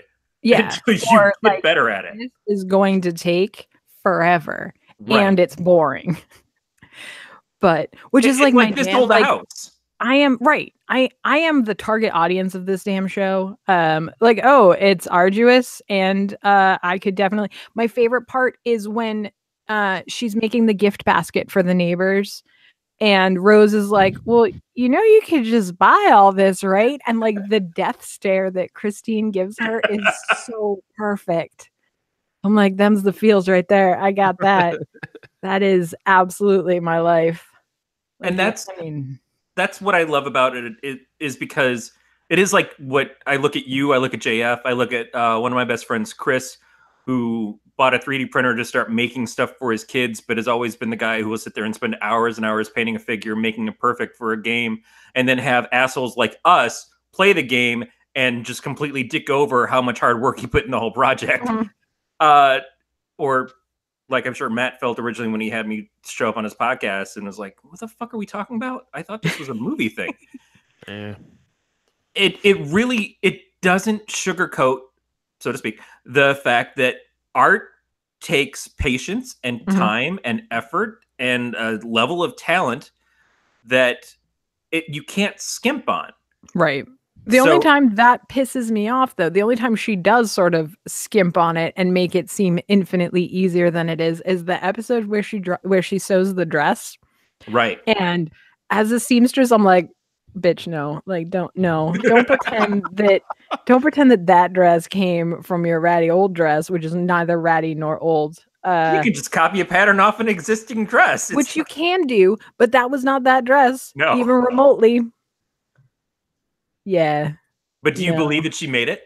Yes, she does. Yeah. Like I absolutely do. She just put out an entire series of photos of like her previous Christmas dresses, because she makes herself a new dress for Christmas every year. And and she has like cool editing where she's basically working on the dress on herself. Like, it's super cool. Like, I adore her. So I'm sure Matt does for different reasons, but yeah, so they're probably the same reasons. You've watched her stuff right on. You've watched her stuff not in this show. You've watched where she came from before she did this program. Yeah, so I was vaguely aware of her before, because like basically every Halloween her stuff shows up. She did a lot of stuff for Aliens. Like over the years, she's done. She did an incredible Freddie Mercury cake. Oh, wow. Back in the day. Like, so her stuff has turned up every now and then. There's pictures of her with like a face hugger that I know have made the rounds on the internet well before this show. So like while we may not have known her name, a lot of us denizens of the internet have seen her work before. So basically once the show came out, I started digging. I was like, oh yeah, no, I recognize that. I've seen this. Like, yep. So she's been around for a while. She was basically like an Instagram artist. Yeah. And that's how she got this show.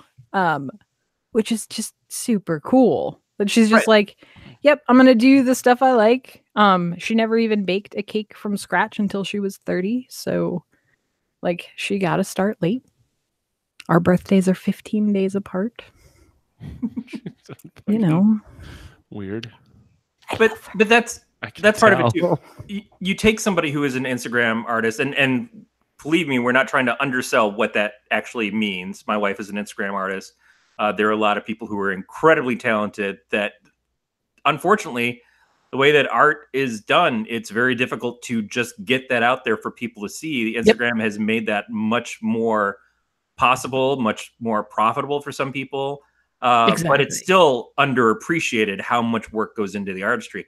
But she's doing this stuff, and a bunch of people approached her and said, oh, you know, we can put you on air. We can make a show for you and everything.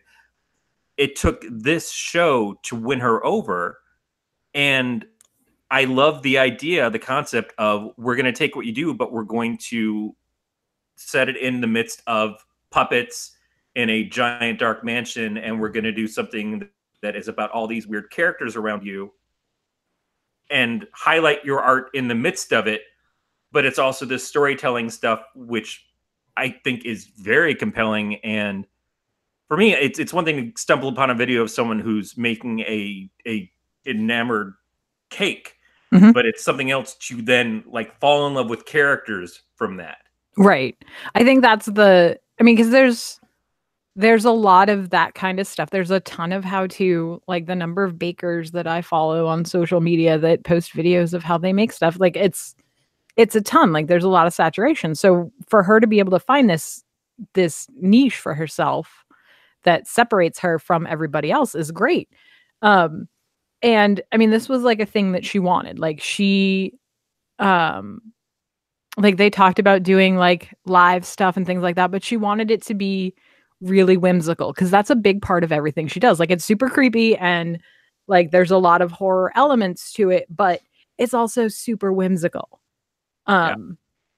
I love the like hidden backstory that we don't have yet, where like there's in the second episode when they've got the neighbor tied up in the basement and they're gonna kill him, and she's like, well, we can't do that. And Rankle the cat says, you're not the Christine I once knew. And she's like, well, maybe not, or maybe not entirely. So like there's this whole other thing going on there that we know nothing about.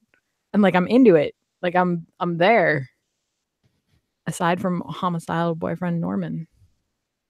And even homicidal boyfriend Norman is kind of okay. Oh, he's great. You know, I love the back and forth with him and Rose. I love how he's the one person that Rose actually likes and constantly flirts with. Yep. And he doesn't back away from it in the least. Right. That's not, the neighborhood dogs or the neighbor's garden gnome, because she loves the small with a oh my god, what did she say? They used to love our tickle romps or something. Our something tickle parties, our dirty tickle parties. Dirty tickle parties, yeah. Yeah. God. I'm just not the beauty I once was. God damn it, Rose. Your hand is a fork. Yep. Why are you perfect? I love Rose. Rose is a perfect sort of spirit animal mascot for everyone, because she is just broken. Like she is broken, but she still just wants to find joy and happiness. Like she's broken, but she's cool with it for the most part. Yeah. And she has her bad days like the rest of us. And we all get those feels. We all want to burn down this goddamn house. And I like Rankle. I think Rankle is great too, because he's got that arrogance of a cat. Mm-hmm. It's so perfectly suited towards what that character is supposed to be. And then you add in that they used to worship me as a god. Yeah. Every time he does that, I'm like, yeah, they probably still do. That doesn't rhyme. Well, it did in the ancient Egyptian. Right. So one of the interesting things is so there's the character Viv that lives in the mirror. Dita Von And Teese. Dita Von Teese. So Dita Von Teese has a cat named Alistair, who is a hairless Sphinx cat. And so part of and Dita and Christine have been friends for a long time. That's kind of what helped propel Christine forward and like make some connections. And so part of me wonders if Rankle isn't based at least a little bit on Alistair Von Teese, who is a wonderful, terrible cat. So spoiled. Ugh. But yeah, Rankle is great because Rankle's that snarky friend we all have. And then that scene with Dita's character, who when she comes down the stairs, she gets to go out for one night on Halloween, and you see the stab wounds in her back. That's so good. It's so good. So good. It doesn't take anything to build a story that you're just in your mind, you're already exploring all these things like, oh, where'd that come from? How'd that happen? Who was she and everything? And it's just one small thing to set you off in a direction of like, wow, you know, yeah, she's like so much there's more a of a lot. character now. There's a lot built into this world that like it's just all underneath this like how-to show. Yeah. That uses Dremels on cookies. What? I'm gonna Dremel cookies. I'm gonna do it. This is the best thing I've learned since I learned the phrase construction grade gingerbread. Is that you can Dremel cookies. What constitutes construction grade gingerbread? It's not real tasty and it has no leavening agent so that it doesn't get puffed up. So it's stronger for like, let me tell you, you want to see some crazy ass people. It's look into like gingerbread house competitions. These fuckers are insane. Like it makes the house that Christine built look like nothing. You're like, oh yeah, no, that's cute. It makes gingerbread more like a graham cracker. Yeah. Yeah. It is not edible. I mean, technically it is. Yeah. But only technically. Yeah, it just doesn't taste very good. No. But that's your average Chef Boyardee. Technically it's edible. Yeah. I love SpaghettiOs to this day. There you go. Just throwing that out there. That's fine. That's fine. We just talked about Arby's forever. Oh, yeah, it has to have meatballs. It's otherwise it's bullshit. It's just it's cream of spaghetti at that point. Yeah, I mean, it's just noodles and ketchup at that point. Yeah. Anyone else just get hungry? No. Just me? Okay. Yeah. Shocker. So this is from Brian Henson's production company. So it's not technically Muppets. You were saying, you alluded to that. Yeah, so it is it's a branch of the Henson company. Right. A lot of people would say that today's Muppets aren't technically Muppets either. They're owned by Disney and right. Yeah, so this is Henson Alternative, which this is their first foray into Netflix. It's kind of like Marvel's Max line, where you have Deadpool in the regular Marvel universe, but then you have a Deadpool Max, which is more adult stories. You get swear words, you get a little hyper violent, and maybe some nudity here and there. Yeah, exactly. But I don't see we're not going to get Kermit the Frog in this. No. But Henson Alternative did the Happy Time Murders movie that just came out. That was a piece of shit. Yeah, but still, like, they're doing stuff. They tried. A for effort. Yep. Yeah, so it's definitely awesome. Like even Christine talks about how much she loves Rose. How like she doesn't have any kids, but if she did, she'd want them to be like Rose. She's like broken but wonderful. And they remind her of because Christine feeds the raccoons on her back porch. You know, like you do. She's the best. Yeah, we had a dead raccoon underneath my house for about a year and a half and didn't know it. And then when we were trying to sell our house, it's like, you got to get this dead thing out from under there. I was like, oh, crap. Oh, yeah. Meantime, we had mice here in the new house. Yeah. And I just discovered it. And it's like, oh, where'd all the powdered sugar go? Oh. And what are all these little nibbly things? And so I have a lot of issues with with many things. So I ordered some humane live catching mouse traps from Amazon. Yep. And they're cheap green plastic. They showed up. One of them was even kind of broken, but I managed to piece it back together. But night before last, I was sitting there and set them up. Within 4 hours, I caught 3 mice, one at a time. Yep. So I catch a mouse. I go over there. I'm like, oh, look, there's a mouse. And so I take the mouse in the trap, put it into a box, drive it across town, and I talk soothingly to it in my car for the entire trip. Like, I'm really sorry. I'm sorry. That you can't be in my house. I have to take you and release you into the cold night. I'm going to try to set you someplace safe. And like 12:30 at night, I find the third mouse, and I'm like, God damn it. And I've already set this precedent. So here I am talking to this mouse, and it's kind of, I'm going through the rigmarole now. At this point, yeah, it's not really you, sorry, it's man. me. I know. Like, we all have our problems, but Yeah. I'm going to take you to where your friend is, and hopefully you are all okay and don't get picked up by a bird. Yeah. Yeah, I love animals. Yeah. And I see Roadkill Rose, and I'm just like, I love She's so fucking good. She's so perfect. Because she's just like, because you do just think like, oh, she's a raccoon. And then you realize like, wait, no, she's got a skunk tail. Like, oh, wait, her hand is a fork. She's a patchwork. She's so great. She's perfect. She really And then is. Christine's birthday cake for her with like the heart right in the middle of her open chest. And it's so good. I could never eat it. I could never. Couldn't, it's too cute. No, I couldn't eat it because I can't look at that and be like, oh, I'm going to consume this open wound. If you were handed a slice, you'd eat it. I don't know that I could. I remember the armadillo cake. Yes. Yeah, the roadkill armadillo, and you cut into it, and it's deep red inside, and it's all like, oh, I don't think I could do it. I have too many fucking issues. My mom made a offhanded joke after we saw Rocky Horror. We were eating meatloaf, and then she made a joke about the Rocky Horror Show where they really ate meatloaf. And I'm like, well, fuck, I can't eat meatloaf for a year and a half. But it affected me. I was eating cream corn, and my mom said, you know, in some places people eat dolphins. Fuck, I can't eat cream corn now. There's no dolphin in this, but I don't know. You can't prove. Yeah, I believe it in my head, and so now I'm stuck. I'm more okay with that being your reason than some people will like look at stuff and they'll be like, oh, that's just too pretty to eat. Like, no, I didn't slave over this for like 3 days for you to be like, oh, it's just too pretty. No, shut up and eat it. Well, we just destroy my work. We've been watching the Great British Christmas Challenge thing on ABC. And so you're seeing these bakers that are doing these really intricate things, and then immediately the judges go and cut into them.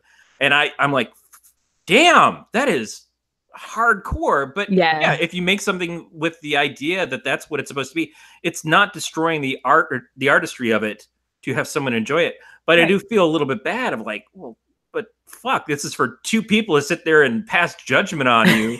Like, you might as well have sheep's blood up around your door because you're going to get sent to hell after this, or home.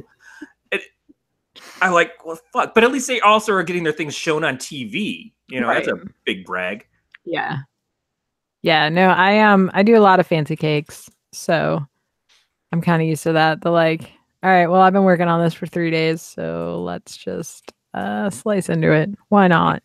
I'm in a household where we microwave nachos sometimes, and so I don't think I quite understand the level of someone who's like, I want to make the most beautiful thing in the world just because I love the people that I'm making it for, and then I know they're just going to tear into it and eat it like pigs.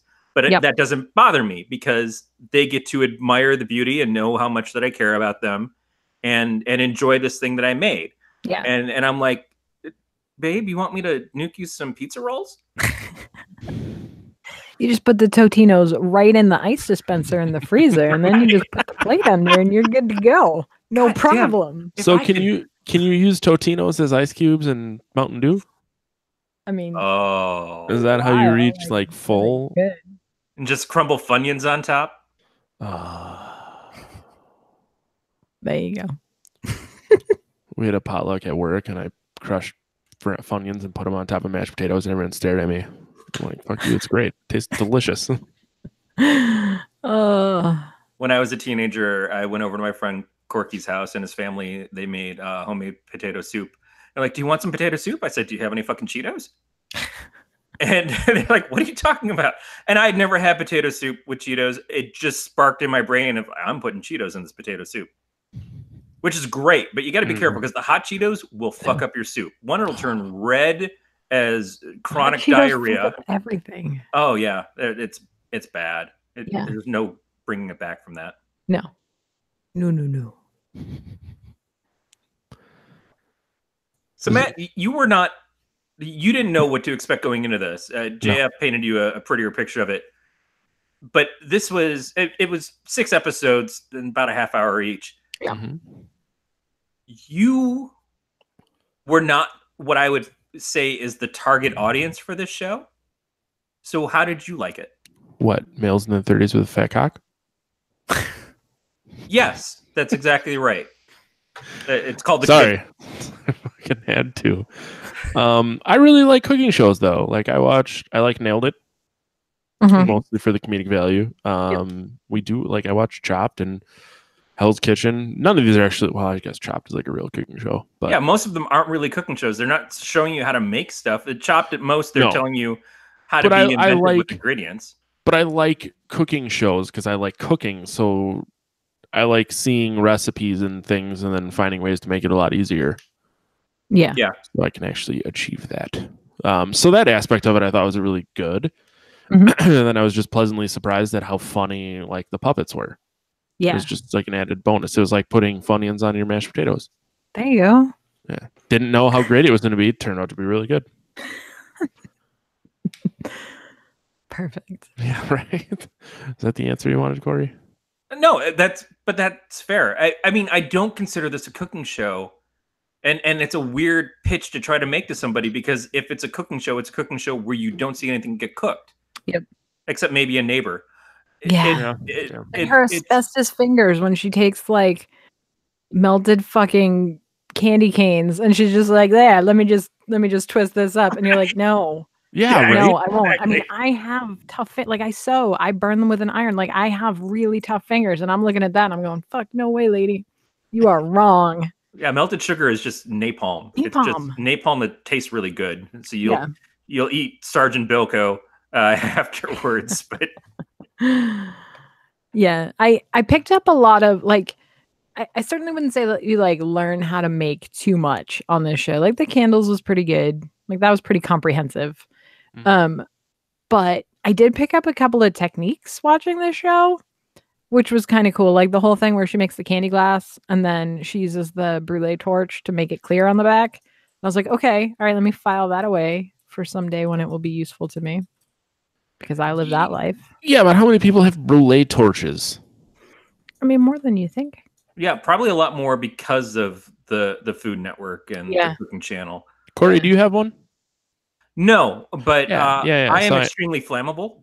I'm 90% you could probably make some fucking sweet nachos with it. Yeah, that's true.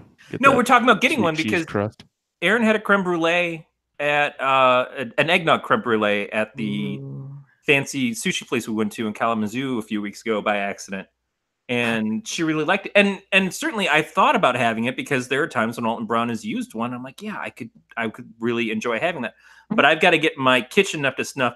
I need a fucking dishwasher. And I need to not have mice in my house. And then I can go on from there. I still haven't made cookies in this place. Yeah, I haven't made cookies here yet. And we just picked up hamburgers. So I'm finally going to make Aaron burgers because I haven't made that in the new house. And that is something that I used to make all the time at the old place. So I'm not quite embracing my environment yet. But I would love to, in the long run, have a super high-end kitchen where I can have all those things. And I would absolutely have a little brulee torch. Yeah, they're great. Use them for all kind of stuff. It's like how I mean I've made ghetto s'mores like over like a Yankee candle, and this I can do, and then I feel fancy because I'm like, oh, let me just brulee this shit and not just like burn. Why does the s'mores taste like summer's eve? Yeah, it's fine. Don't worry about it. All right, it's fine. No, you do it over like the cabin campfire, and then you're good. And you're like, ooh, it tastes like camping. Exactly. I wouldn't know. I do not camp. 90% pine. Yeah, it's fine. No problem. That was weird. JF does point out that a brulee torch is a good start to burning this goddamn house down. It is. That's going to be my go-to when the time comes. How long would you have to use a brulee torch to start a house on fire? You just not long. Find the best spot. Yeah. Looking on Amazon for brulee torch. I don't really know what we're working with here. Oh, it's cheap. It's a little. Looking on Craigslist for arsonists. I don't know what we're gonna find here. I don't know how this is gonna go. It's one of those things. Okay. Yeah. Huh. Yeah, it's like the big long lighters, but better. But yeah, and in the wintertime, you can use it to defrost your lock on your car. Yep. Sure. I'm sure it's fine. No problem. Yeah, I'm sure it won't do anything bad to your lock. No. Ooh, you could sear meats with it. You can do charring like vegetables. All kinds of stuff. Do you not know how heat works, Matt?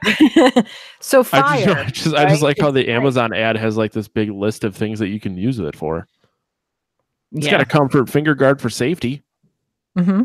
What else could you ask for? You can get information out of Mr. Blonde. You can. Yeah.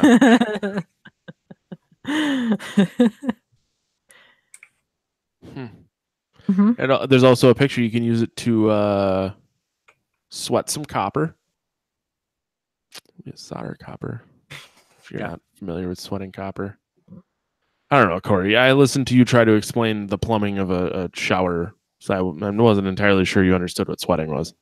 Sweating copper. I think Sweating Copper is the new A&E show that's a spinoff of Better Call Saul. That it's about an old cop who decides that to take care of his family, he's gonna become a prize fighter. Nice. I don't know what just happened. A&E needs to call me is what just happened. You got to trademark it though. Well, it doesn't matter. I just need to get Chris Hardwick to say he's willing to talk about it for an hour afterwards, and then it sells itself. Talking copper? Yeah, talking copper. You're gonna be so rich. Oh. You're gonna be so rich. You're just gonna be able to pay the mice to leave your house. I'm still gonna have to give him pep talks on the way out the door. That's just who I am. Yeah, it's not me. It's you. I just don't want you here. Here's $20. Say hi to you have beautifully large eyes, though. You're so cute. You're gonna find somebody. You're gonna find somebody who wants you. It's probably gonna be some sort of bird of prey, but it's still they're gonna love you so much until they cough up your bones and one big skeleton. Yeah. Wow. Requires no chewing. No. Wow. The beer's kicking in. Is there anything else to talk? I mean, we could probably talk about the show all night, but Amy, what would your craft show be? Good point. So I think my craft show would be a little less creepy, largely because that's already been done, and a little more nerdy. Mm-hmm. It's a little more like, hey, we're gonna make a gingerbread dungeon for your D&D game, and you're gonna like play on it, and then we're gonna eat it after. Like, here's how to put your 1-inch grid on your gingerbread, and we're gonna do this up. You could use a Dremel. Yeah, I mean, absolutely. I'm gonna Dremel on a cookie first chance I get. I'm doing the like, what bit is that? I can't quite feel. Now, do you get a separate Dremel for foodstuffs, or just? I mean, certainly separate bits. It's like my airbrush. Like I have an airbrush. I airbrush miniatures, and I'm like, I need to get another airbrush so that I can do food. Right. Because I mean, I have the compressor. That's the expensive part. And the third one is for makeup, according to Cindy Crawford. Yeah, no, I don't mind using the miniature one on skincare products. That's fine. That's fine. I've used Citadel miniature brushes to put on eyeliner because being a nerd girl is a rough time. But here we are. Yeah, so I think that is the direction that my my show would go. Significantly nerdier type stuff. A lot of cosplay stuff, absolutely. I'm working on a new line for my store of custom kigurumis, which are, the animal onesies. Yeah. I didn't understand that life until I made one and I put it on and I was like, oh, cool. Yeah. This is like jammies, but better. And also I'm a fox. I lean fruit bat, so let's just establish that now. There we go. All right. Wait. Mm-hmm. What? All right. So it's a onesie that looks like an animal.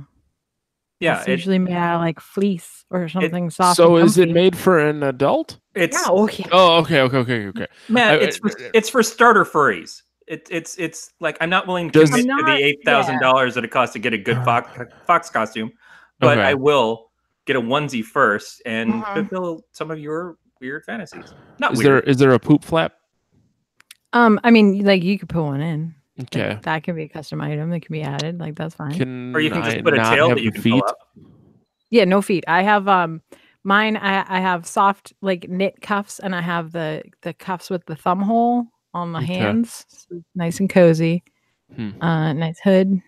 Hmm. Ears on mine. It's Is it a really good. Pointy white hood. No, Okay. no, good. it is not. I just had to ask. No, no. Huh. The fucking it's a world place out there right now. Oh yeah, It's weird. which is why like I'm all about like, all right, well, fuck it, I'm gonna just be comfy. Like I don't care anymore. It's fine. I Oh, saw God, somebody. I follow somebody on Facebook. She organizes Doctor Who thons and stuff. So Matt's obviously a big fan, and she has been taking pole dancing lessons and was showing a video the other day of her doing a pole dance. I think as a flying squirrel or something Oh, nice. in one of those types of onesies. And, I decided that because my 40th birthday is not too far in the future. So I decided that for my 40th, I'm gonna have me and all my peeps. We're all gonna go to Dragon Con, and I'm gonna perform in the burlesque down there. It's my 40th birthday goal. We'll That's see how awesome. that goes. Huh.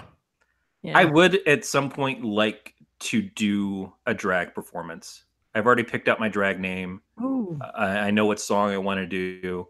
nice. It's just getting out of my shell because I won't even perform karaoke in a bar.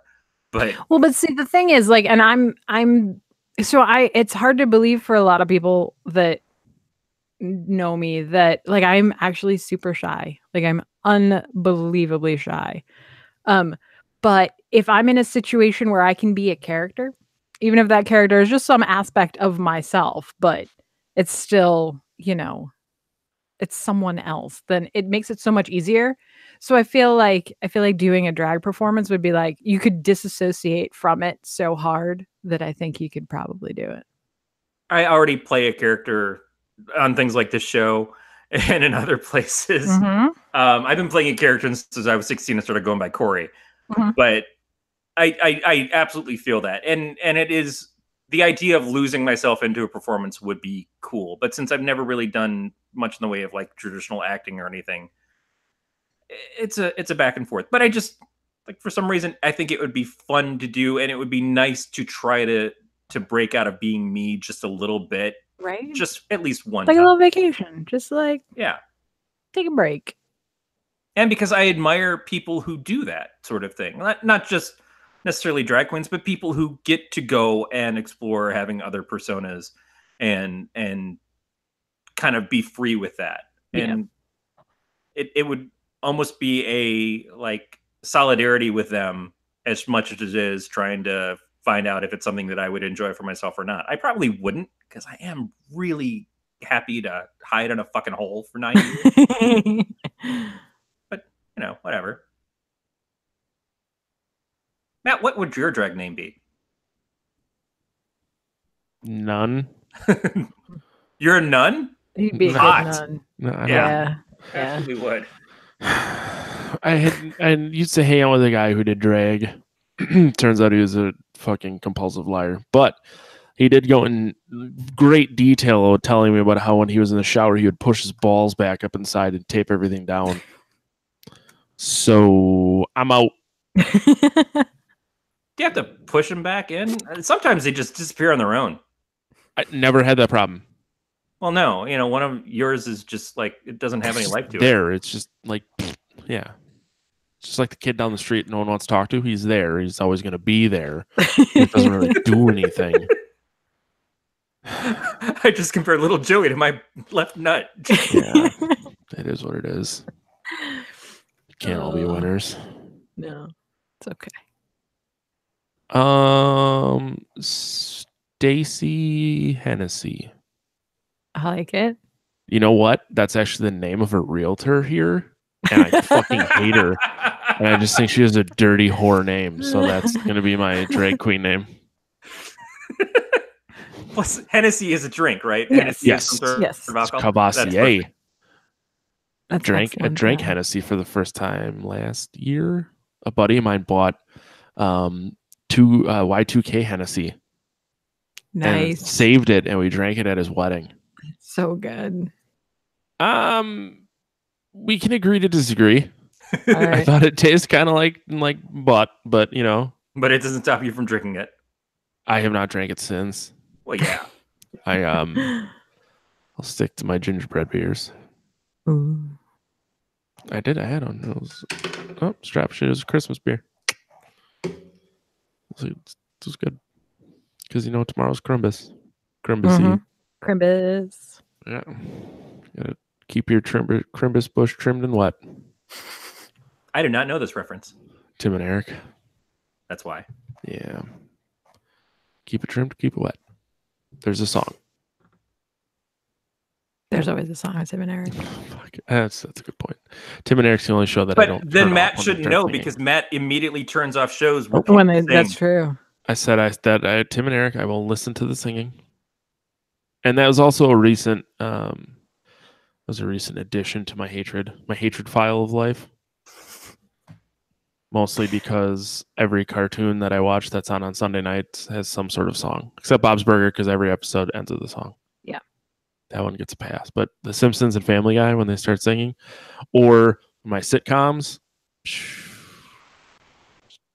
fucking dance monkey. Are you talking about Goldberg's? Because that's the only sitcom Yep. I can think of that you watch. That's that one. They sing on a lot. Yeah, they sing on that one quite a bit. Superstore they have once or twice, but that's not that bad. Yeah, Goldberg's has really been reaching. Mm-hmm. You know what they never sing in? Pornography. Well, I'm gonna not say never. I've never seen a singing pornography yet. Amy is furiously Googling right now. There's gotta be. I mean, I haven't seen one either, but I would There's imagine gotta that you could I do mean- an edited video of the screams, and it comes out to be one of those "I have a structured settlement, but I need cash now" commercials. What is that? JG Wentworth? Do you think there's a JG Wentworth triple X parody out there?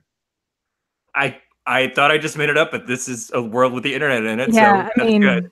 Rule 34, man. We just said it, so it already exists. That's a good point. Yeah. That's a really good point. Mm-hmm. Fuck.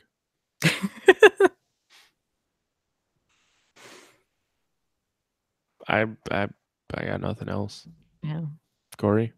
It's hard to go further with the show describing it because it really is a Rose love fest. Mhm. We haven't even mentioned Edward the werewolf. Yeah. Edgar? Edgar. Yep.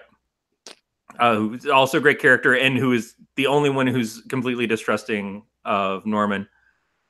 Mhm. Which was a little bummer that we didn't get a Norman payoff, but I don't want to see the character go away. I kind of felt bad seeing what is potentially the cousin going away because I thought she was a good addition too. I mean, I'm not gonna say that death is the end for anyone on that show, so True. Right. I'm pretty okay with it. I think that they tied up enough loose ends to make it a cohesive story for the 6 episodes that we have now. But they left enough open that if this becomes a thing, which I certainly hope it becomes a thing, that they have more storylines to follow down. And I mean, like, we certainly know that Christine is maybe not as opposed to murder as one might hope, I guess. No, she's got that Addams Family value. That is basically good person, fun-loving, really sweet, but also prone to enjoying killing people or the most hideous emotions and stuff that come from people and celebrating those things. They say that the fastest way to a man's heart is a power saw. So good. You're not wrong, Christine. But a good meal works too. It's so good. So who is the audience for this show? Because it is not children. No. In the sense that we have all that stuff in the second episode about nipples and stuff. Yeah, and ball gags, and I'm gonna keep this for a friend. And it's not people who are looking to learn recipes. No. I think it's, I mean, because it's the same way, like we, you know, like we learned that Matt watches cooking shows where you don't actually learn how to cook. You just enjoy watching the process. It's sort of like that. It's that, I mean, because that's a whole thing, right? And that's part of why, like, spending all this kind of time making something beautiful only for people to eat it, like that's part of it, is that if that's the thing that you like doing, then it's the process that you enjoy just as much, if not more, than the finished product. But we're not getting like hardcore process on these things either. We're getting little bits here and there that kind of show you that over time you'll probably learn how to get a whole process together for one project. Right. But it's the fine tuning. Yeah, I mean, it's definitely like if you, I mean, I think if you care enough to try the projects, you probably already know how to make royal icing, or you already, you know, like you already have the basics if you're going to try something as advanced as these projects are. Whereas otherwise, like, you're happy to have the payoff and watch, you know, puppets talk about ball gags and them sweet, sweet nipples. Or you get to see Christine walk down the stairs in that red dress in that 5th episode. And you can notice her donuts. Yeah, I mean, that's one of the best, like, people gift that so hard, and he's like, I admit that first I noticed your donuts. And she just, like, looks down at her cleavage and then looks back up, and that good. Yeah, she wonderful. I love that. I love the part where Rankle's joking about, like, oh, what, guys aren't, like, crazy about your bare ankles. I'd be like, Rankle, do you know who you're talking to? That's Dita Von Teese. We've seen it all. I have not seen it all. Wow. Maybe I've probably seen quite a bit of it. Yeah, I mean, about it. Most of the parts that count. I think she's someone else who dated Manson, so I assume that she showed up mostly naked at many events. Yeah. I mean, she's sort of the more popular face of the modern burlesque movement, so. Yeah, I don't want to like label her as just someone who dated Manson, but she did. That was where I discovered her, not because I was a Manson follower, but just because it's like, oh, here's Marilyn Manson, and here's the knockout that he's dating. How does this keep fucking happening? Mm-hmm. Yeah. So I think it's sort of, I mean, it's like, it's a weird thing to say. It's such a like, but like, I am the perfect target audience for this show. It's like weird and crafty, and like, I'm in. Yeah, I don't know anybody that hasn't enjoyed it either. I think anybody who grew up watching Labyrinth and the Dark Crystal and likes a darker form of Muppet puppetry is probably the other portion of it who is coming to the show, and they're like, this is great just for that portion of it. Right. You know, because the comedy is really well done. The voice acting is all excellent. The puppetry is fun. They're great designs. So yeah, there's two things that you can come at to get an audience, but it is weird. It's hard to describe to somebody and say, you're really going to love the show. Oh, what's it about? Fucked up puppets. Yeah. And someone creating stuff that you will never be able to duplicate. Yeah. You might. I mean, I might. I can try. And you will probably try. That's the other part too, is it? But that's a rare breed. Yeah. No, I agree. But I mean, I think it's less rare than it once was. I think there's way more. I mean, it's a lot of hipster stuff too. You know what I mean? Like, it's the DIY. Like, I mean, yeah. Like, I could just buy that, or I could spend 3 times as much and 3 days and do it myself. I do appreciate having a tight target audience. Of like, I'm making this for this specific crowd. That's the beautiful thing about Netflix, right? It's like, that's the beautiful age that we're in. We don't have to appeal to every family of 4 that's sitting on their couch every night. Like, you can make it for me. Like, But great. this is also the year that Netflix started canceling a shit ton of shows because they weren't performing at the level that they wanted them to. And it seems like a lot of other venues would kill for those numbers and kill I think for it the depends a popularity lot of on these shows. like on cost versus Right. return also. Like, cause I mean, like this is minimal. Christine did most of the work herself, which I mean, she's certainly getting paid for, but it's not a crew of like a Marvel show or a Right. DC show. Like, it's not like a big production. It's a couple of sets and nonsense baked kids. I love it. I really wouldn't have minded. Like, one of the shows that I liked a lot was Ace of Cakes. Yep. And obviously they weren't showing us how to cook cakes on Ace of Cakes. Right. But I loved the group. I loved everybody who worked. It's not that different from that. place. You're like, that's a pretty good comparison. Is you're in it for the personalities. Yeah, because I watched everything else is extra. I watched Cupcake Wars, and Cupcake Wars was a piece of crap because you're not only not learning how to make cupcakes, but at the end of the day, it's just a stack of fucking cupcakes. It doesn't look like anything. You get a couple of builders in there to make you a platform, but it's just a bunch of goddamn cupcakes. Why is this interesting? You're like, yeah, these are delicious. Great. Super. Send wow, you over, really utilize the avocado in this one. I don't know what that fucking means. Oh no. Yeah. All right. So Matt, you probably have a full bladder. It's like you've been doing this with me for fucking 3.5 years. It's true. I have to pee. We have to rate this 0 to 5. Amy, you're our guest. You have to go first. I mean, I rated a 5 because I am just assumed target audience of this show. They were like, "Hey, what do you want to see?" And I didn't even know that this was the answer. Yeah. 5. Netflix is inside your brain. Corey, how about you? I am not the target audience, but I really love this show. And if it came down to just ranking it on rows, it would be as high as Amy gave it. I'm going to go a hard 4.5. Did you accentuate hard on purpose? I did. Yeah. I gave it a 4. I guess I'm the dick here. No, thought it was good. Solid fucking number, man. Especially for you having to pay attention for 3 hours. I like that it was like 22, 23-minute episodes because I could watch like one here, one there. It wasn't a 3-hour commitment. So I could get behind that. I actually finished it this morning while cooking. Nice. That like makes me pretty much a housewife. And are you like me where you're watching something where people are making excellent food on TV and you're putting together something that would basically be considered on the watch list for poison control? No. I watch baking shows while I eat salads so that I can pretend I'm not sad. I made shrimp dip, which I then ate the entire plate of. I also made smoked chicken and chicken wings and salmon. Your shrimp dip, is it dip made out of shrimp? Or is no, it so it's like it was cream cheese.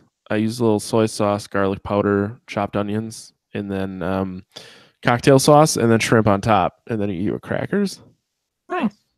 Except because I went the extra mile, I made my own cocktail sauce with Whataburger spicy ketchup and horseradish. Whataburger spicy ketchup, which now Anessa has said that she likes the Sriracha ketchup more. Nope. Anessa's dead to me. Wow. Sorry. Do you have a Whataburger near you, or is it a? Nope. I get that shit shipped in from the motherland. Which is Texas, right? Yeah. I have family down there. I'm just like, hey, can you ship me a jug of Whataburger? Yeah.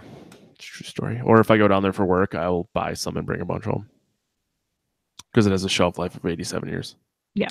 Because it's ketchup. It's not even that spicy. There was a Cattleman's Gold I think it's like a yellow barbecue sauce or something that there was a Cattleman's restaurant. There was a couple different places. I think there was a restaurant that wasn't Cattleman's because the Cattleman's restaurant didn't have it. That had Cattleman's Gold, and I got it. Someone has suggested to me for dipping fries in, and the stuff is just tremendous. And I found it online. I ordered it, and then I didn't eat it, and it expired. And shit like that shouldn't expire. No. It shouldn't even have final dates. But I still felt really stupid. Like I wanted this so bad for years, and I finally found it, and I got it, and I couldn't finish it. Oh boy. All right. Well, you can contact us by leaving us a voicemail at 805-328-3966. Email us at pot@gncast.com. You can leave us a message on our website too. Go to Twitter, Facebook, Instagram at Podcast of Terror. Subscribe to the show via iTunes, Stitcher, Google Play. We really need to get on Spotify. Do we? Yeah, I mean, I stopped using iTunes or Apple Podcasts as I switched to Spotify. I was just wondering if did Taylor Swift support Spotify now? Are we allowed back on there? No, I don't get it. I'm a Swiftie. I don't do fuck all unless Tay says so. Well, no. I don't even know how to get the show on Spotify because I have no control of the feed or anything. So I'll have to take it up with us and Brad, I guess. Since Dave quit. Get on this, new bosses. Yeah, right. Immediately Do things for me. Including new boss who's dead to Matt because you like the wrong ketchup. I'll go directly to Brad and be like, I don't want Anessa involved in this. Beatmaster, yeah, Spotify takes all podcasts now. You just have to like fill out the form. At first, when they started doing it, it was only select podcasts, and now it's open to everybody. Unless they changed that, but a buddy of mine just started. The Statosphere podcast is on Spotify already. So if he can do it, I can do it. And that's the secret audience that we've been missing this whole time. That's where we're gonna blow up. There it is.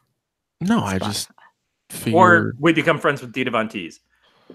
Oh, I would Dita Von Teese her tits. I knew it. I knew you couldn't resist, Matt. I would. You're just gonna bank that for the next 6 days. Yeah, fuck. Yeah, I'm just Dita Teese and a lot of Arbinators.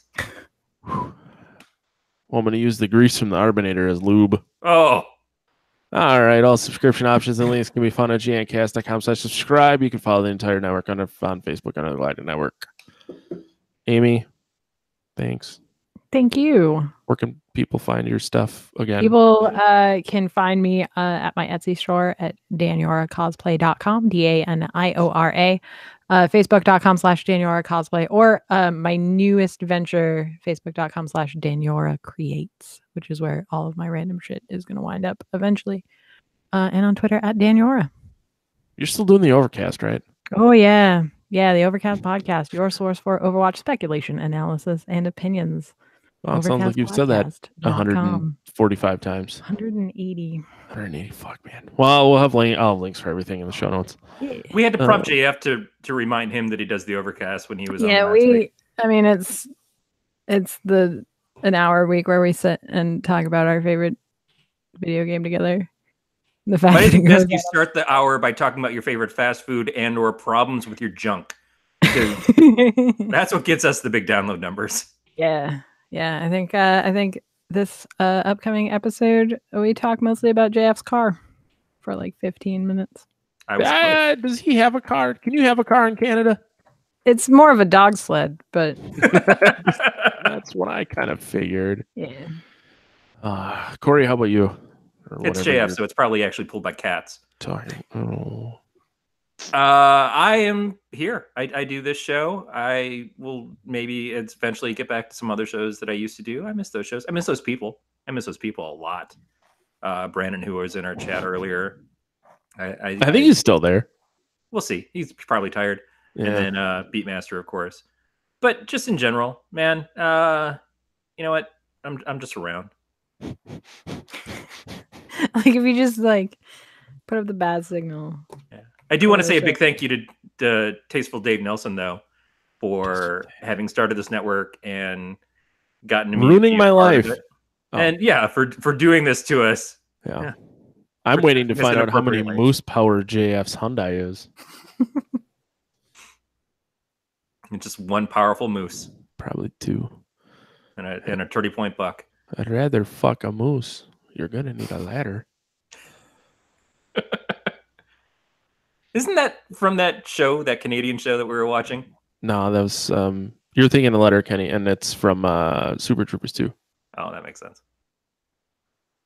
Apparently, JF's not going to fill us in on how many moose power his Hyundai is. Yeah. Many right. much moosin. Many much moosin. I do love Brian Regan. All right. We're taking next week off because I kind of fucked it up when I was scheduling and making out our sheets. So now I'm just going to say that I'm going to be too tired for masturbating. That was what the answer was going to be, no matter what you said. It actually makes like the most sense to do it because I'm just going to be here home alone, but masturbating. I would seriously picture just like me sitting here at the pulpit, and then Matt wandering on screen, looking all dead-eyed and white as a sheet, and just like a box of Kleenex, not anything in it, just the box itself hanging off of his fucking belt, like just chugging Gatorade, like, oh god, I gotta rehydrate. Right. Just looks at the camera like, is there porn in there? Just you guys don't know how fucking right you are. We do. You haven't checked for the webcams in your attic yet. Oh, fuck.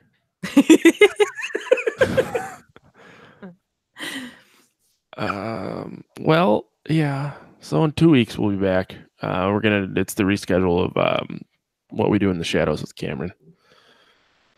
That should be a good time. Now I'm just creeped out. Sleep well. Damn, fuck it.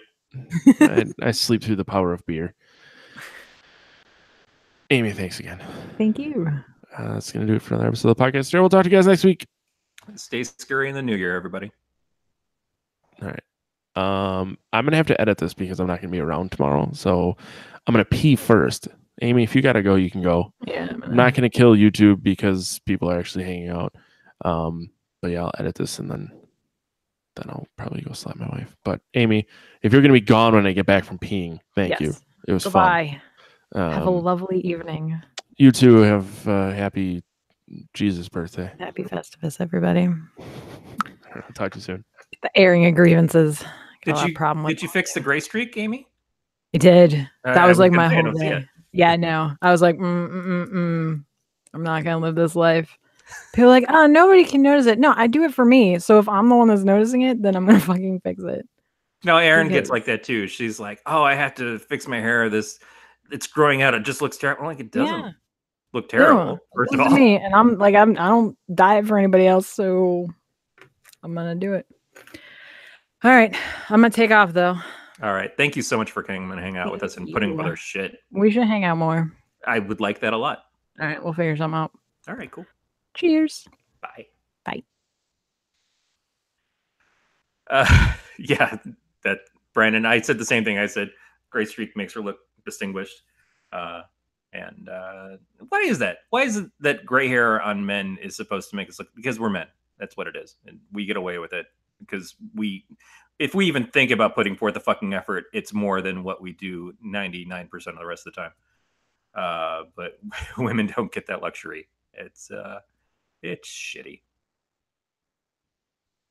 But anyway, I didn't see a lot in the chat myself because unlike Matt, I try to pay attention. But Pete Masters says JF's car runs on 1 to 2 Rob Fords, which means it goes backwards. And I do think that Matt, we should do a measurement of Matt's arm this week and then do a measurement when he comes back, like they used to do with Hulk Hogan when he went from the 26-inch pythons to the 28-inch pythons. I think that would be a good idea as to how his quality time with himself went. I'm sure he'll try to bullshit and say, oh, no, I was playing trombone. I just like that Pete Master retracted that message. I didn't see what he said either. I saw the message retracted. I'm like, what the fuck? That's probably butt stuff.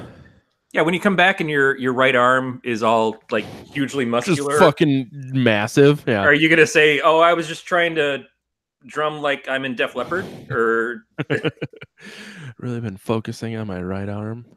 yeah? Be like that episode of The Simpsons where Homer only works out one arm to do a fucking fuck. Over the top? Basically Yeah, arm wrestling. arm wrestling. God damn, I'm so dumb. He works out that one arm for the thing that where arm is actually in the name of it. Does that thing where it's just, you know, you use that one arm and you're wrestling with it? I can't think of what it's called though. Yeah.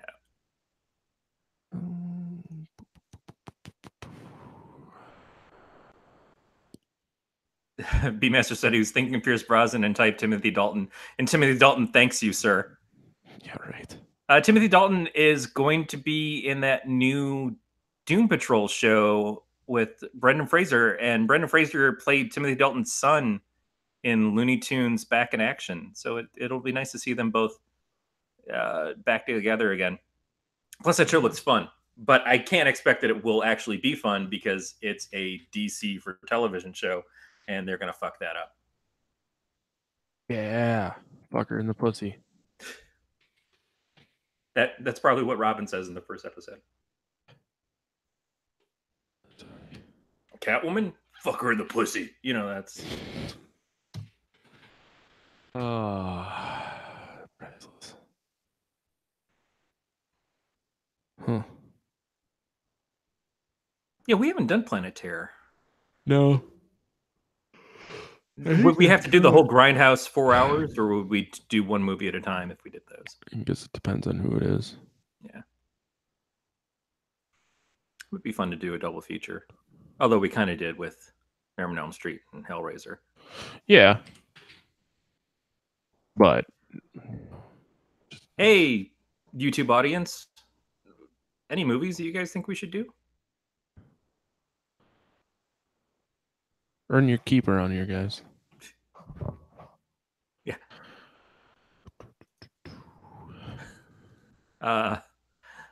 Actually, Beatmaster, we want to do AVP Requiem.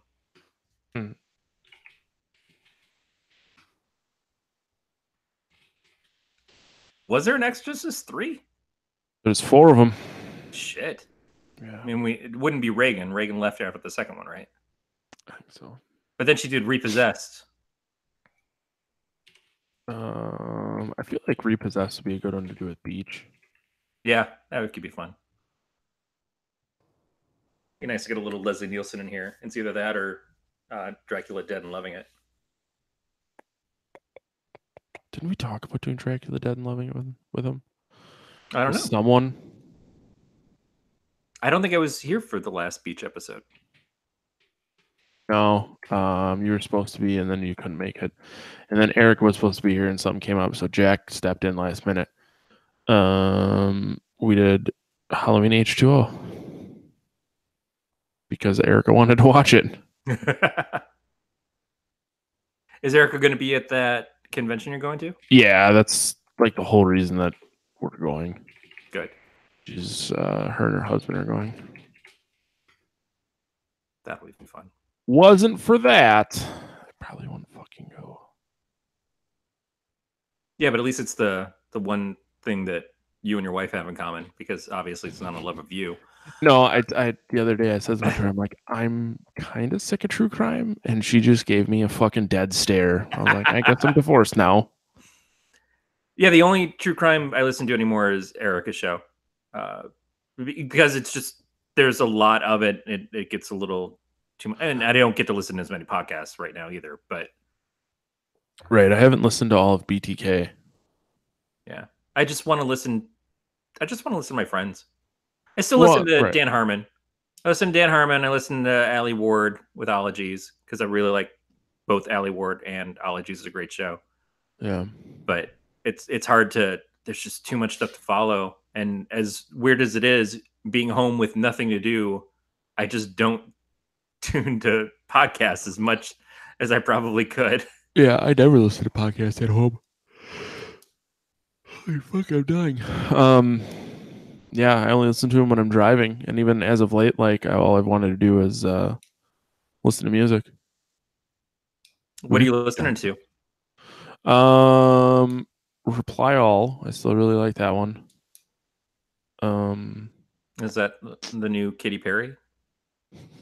No, it's a Gimlet one. It's about the internet. So like they recently did an episode about Foxconn building Oh, in so you're talking Wisconsin. podcasts. Yeah, what was I supposed to be talking about? I'd ask what music you're listening to these Oh, days. music. I'm sorry. That's okay. I recently rediscovered this band Glass Cloud that I used to really like. I mean, I still really like them, but the guitar player was in the Tony Danza Tap Dance Extravaganza, which sounds absolutely nothing like you think. So here, there's this really funny YouTube video involving Tony Danza. Tony Danza.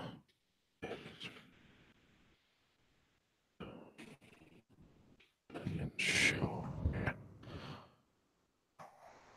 All right.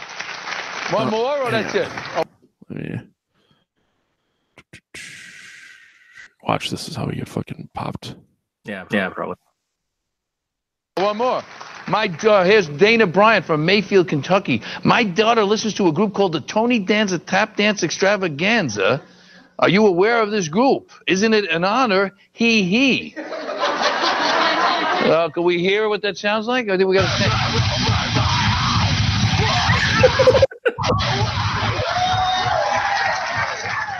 Sounds good. Sounds good. I'll be humming that all day. Now, if you have a question. Yeah, that's exactly the kind of music I thought you were listening to. Yeah, so yeah, that's Tony Danza, and then he was in Glass Cloud, and now he's in Emure, which is a lot dumber of music. But Tony Danza was in Glass Cloud. I wish. Josh Josh, on that Rogan show or what? Groban. Charles. What the fuck is it? Josh Groban. Josh Groban. Yeah. I went with Charles Grodin, and then I went with Joe Rogan. Yeah, close enough. He's got two first names. He's a phenomenal guitar player. Josh Travis. He's in Emure now, but yeah, he was in Tony Danza.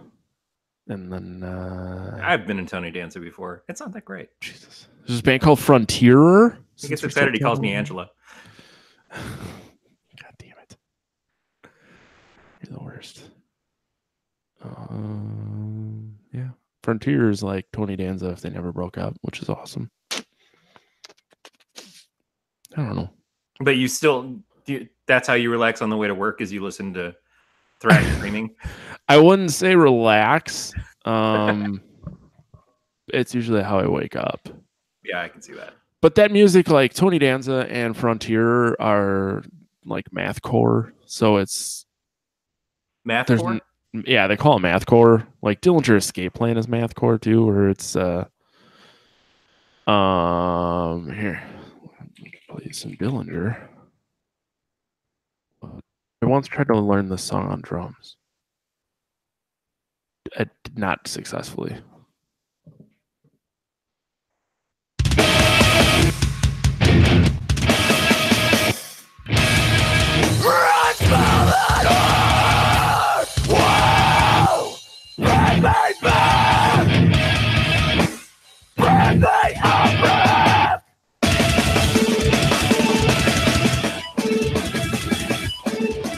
Okay. Yeah, you get the idea there. I'm still not quite sure why they call it mathcore. Is it just because somebody did the algebra and they said this is what it's going to take to make people's ears explode? Possibly. I think the whole concept is like nothing's in straight 4/4 or 6/8 or whatever. It's all changing.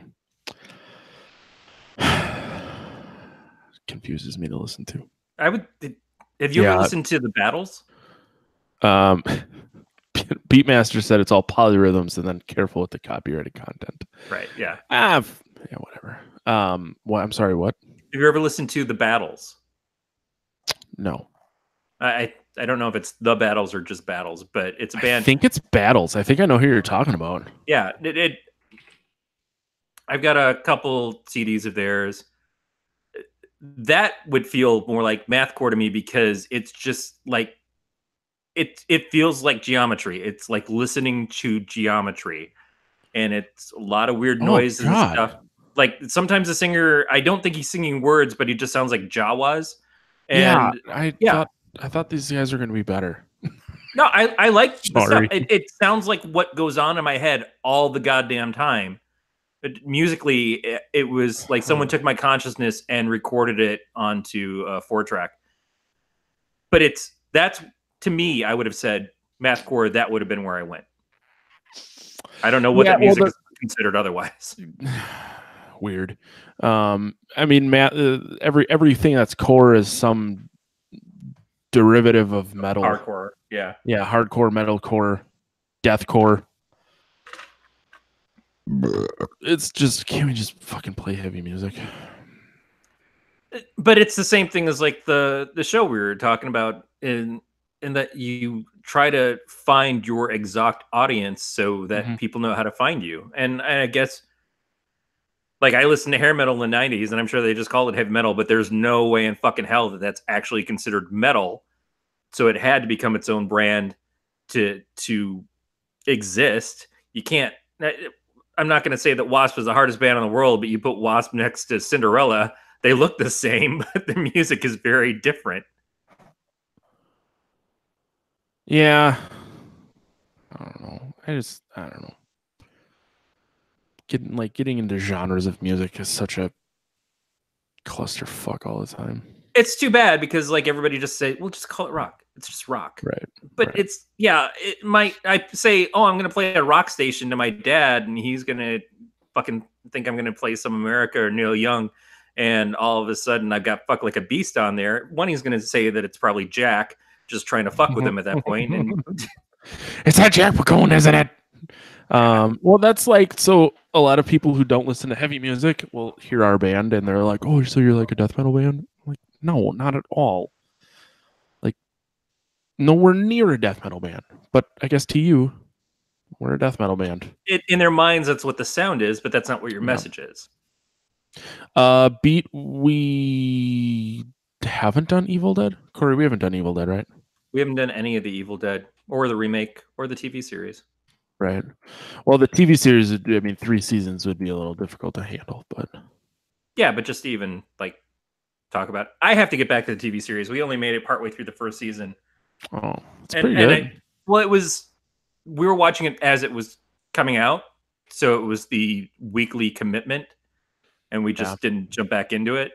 I really want to watch it again. Like we only made it through the first season of Stan vs. Evil, but I think that had built up on the DVR, and I liked Stan vs. Evil a lot too. And I guess that one is still coming out. That's got more episodes. The second season's over now, but yeah, right. It just ended not that long ago.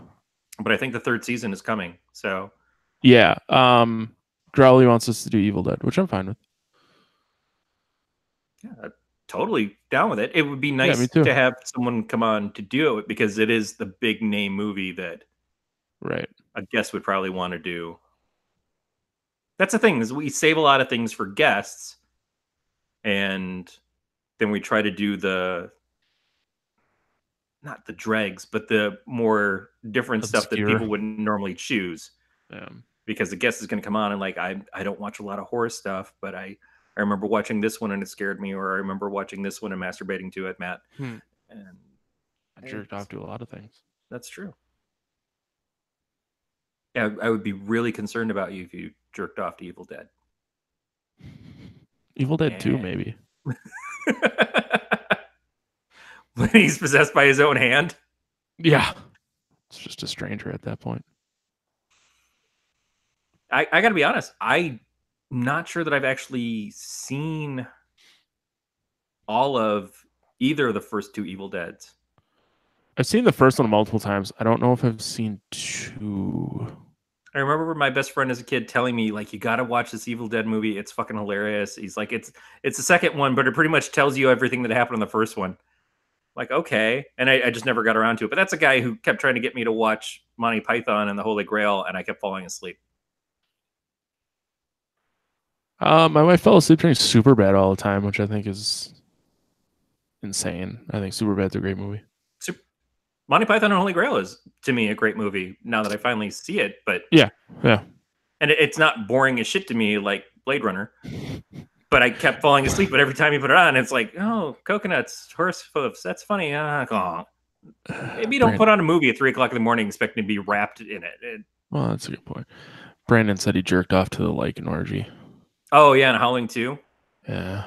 The Howling movies, I think, are the ones that after the first one got bought out by Playboy and had some Penthouse bought them and had one of their models be the lead in them.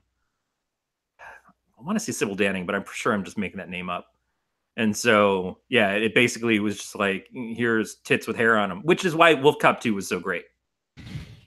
Because it went full I think on Wolf with Cop the 1 was a lot better. I think they're yeah, they're both great. Yeah. But the fact that they have the sex scene in the second one and she's full on werewolf and he's not, and it's like, we're just going to go for the banging and see what happens. Yeah. I'm waiting for Wolf Cop 3. I'm anxious for Wolf Cop 3.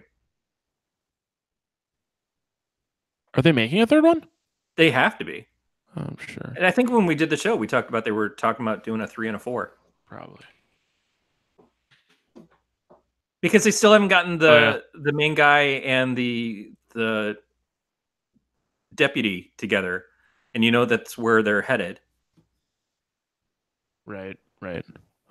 No, yeah, you're right. They're talking about a 3 and a 4. I think I saw something about they're going to redo Toxic Avenger or doing another Toxic Avenger, which that's where I go with Wolf Cop, is that Wolf Cop should be this generation's Toxic Avenger. How do you feel about Child's Play getting a remake? I don't know. Like, I like the first one, but I don't think it's that, like, I don't think it's an amazing movie. No, I think Aaron and I were talking about this. What I like about the Child's Play films, and I don't like the Child's Play films, but other than Brad Dourif and eventually, what's her name now? I can't think of her. Jennifer Connelly? Tilly. I just yelled the first Jennifer name I could think of. That's a good pull. That is, save that for next week. What? But what I like about the movies is that after the first 3, which is just him chasing a kid around, they completely change up what the whole films are about by introducing the girlfriend and then turning her into a doll and then having a kid together and stuff. It becomes something else. And the evolution of that series is better to me than a lot of other series where they just keep trying to do the same thing over and over again. Like Halloween is just Michael Myers kills people. We did something with a witch and masks in this one, and we don't know what the fuck it is. And then Michael Myers kills people. Jason, they put into space and in New York. I can't tell the difference, but at least they did something else. They realized we can only go so far with Jason killing people at camp. But Child's Play like progressed and did different shit. Leprechaun went into the hood and went into space. Yeah. Recognize that you have to do something with this character to make something new from it.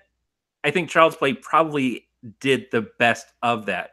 But I'm not sure that I want to see Child's Play redone and not have, 1, Brad Dourif in it, and 2, it's just going to be the same thing as the first one again. That's not exciting to me. I don't disagree, but how many younger people or kids or whatever will never want to watch Child's Play because of how old it is, but now that they're remaking it, we'll probably see it.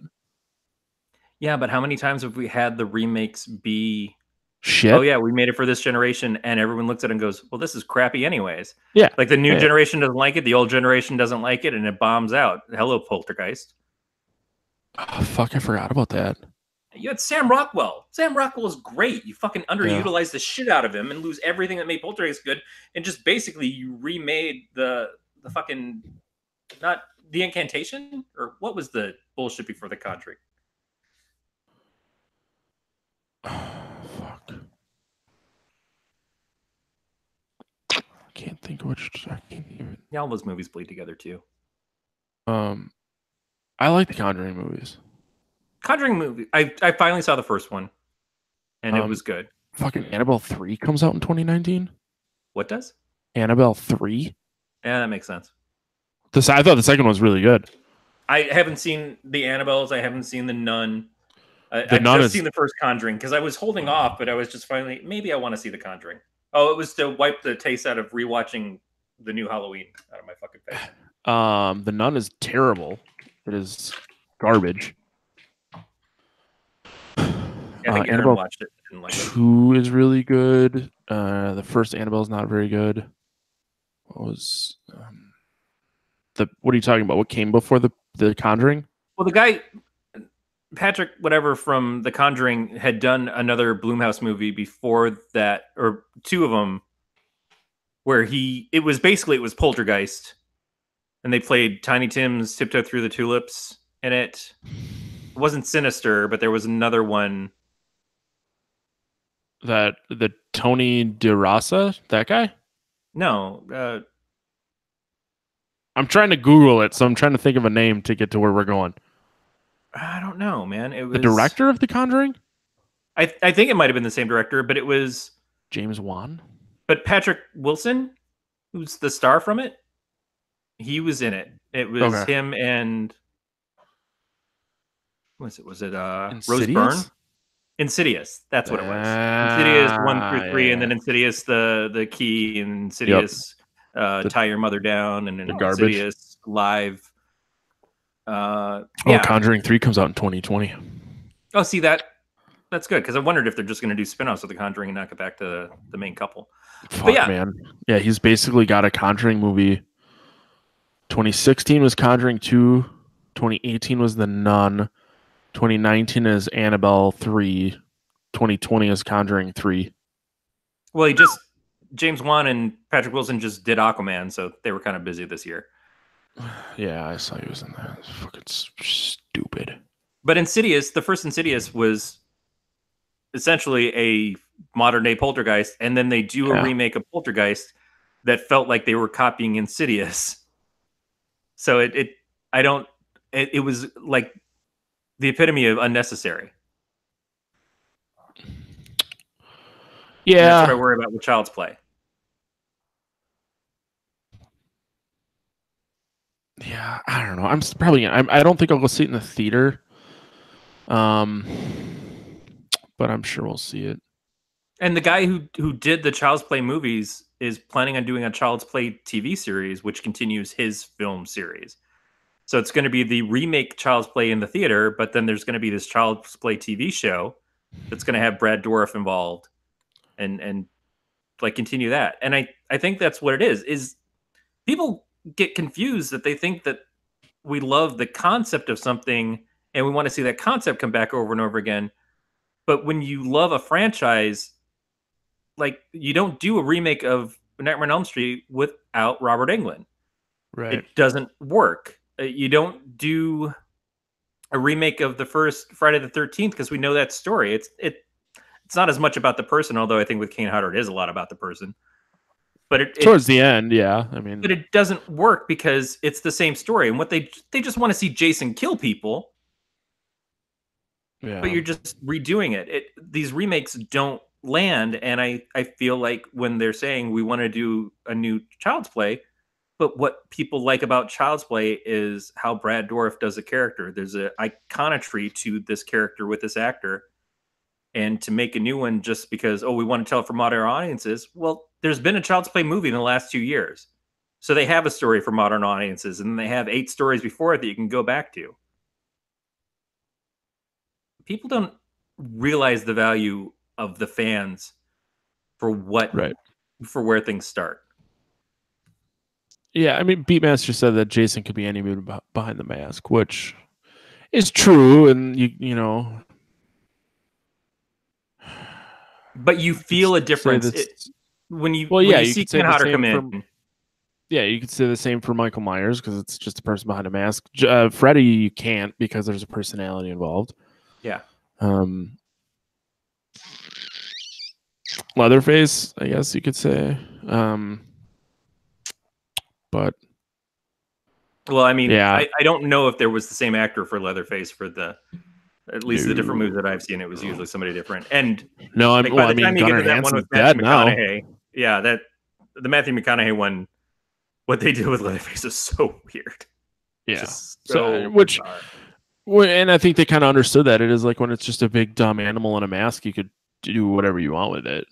they also weren't trying to make the characters the same in between movies. No. Like they had tenuous connections between the first one and the second one, but after that, they really just they didn't care anymore. Right. Oh fuck.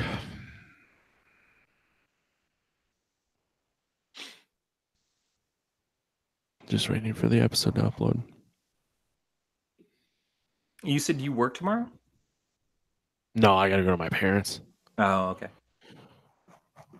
We gotta go early. We gotta stop. Seth's kids are fostering a rabbit through the animal sanctuary that Alyssa helps out. So we're dropping that off before we go to my parents. Okay. So I gotta leave my house at like by 8 in the morning.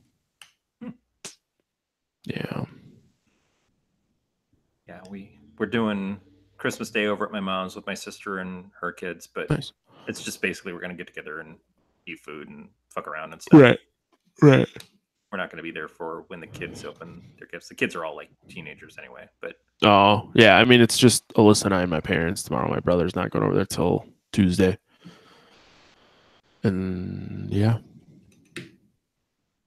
So yeah. Just her and I on Christmas. My stepmom contacted me. She's like, "What are you guys doing for Christmas?" I'm like, "God damn it, we didn't have a plan up until a week ago, and I still haven't seen my dad and his family since I got out here because my dad's been in and out of the hospital. Yeah, and he wanted me to come around because he doesn't want, because he's proud. Right, but it's like been here 3 months. I've been back in Michigan for 3 months. I've seen my dad's family maybe 5 to 10 times at best in the last 20 years, and so to be back in the same state with them, even if it's a 3-hour drive, and not see them is a lot of crap. I just really kind of bummed out about it. I haven't went and seen Gregor yet. I hate not having a fucking job because it just makes me feel like a fucking loser. It's kind of weird.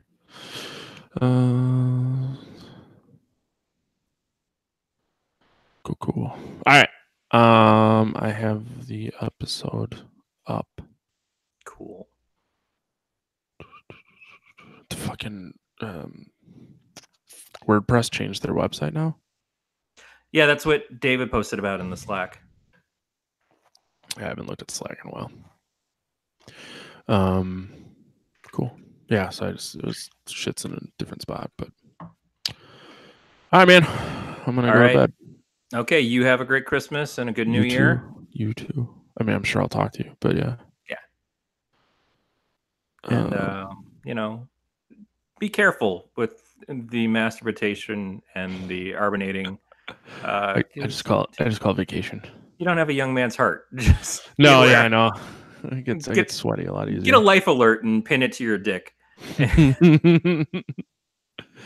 Awesome. All right, man. I'm gonna make sure I stop the YouTube this time. But Brandon, Growley, Beat, thank you guys for hanging out. Merry Christmas to you all.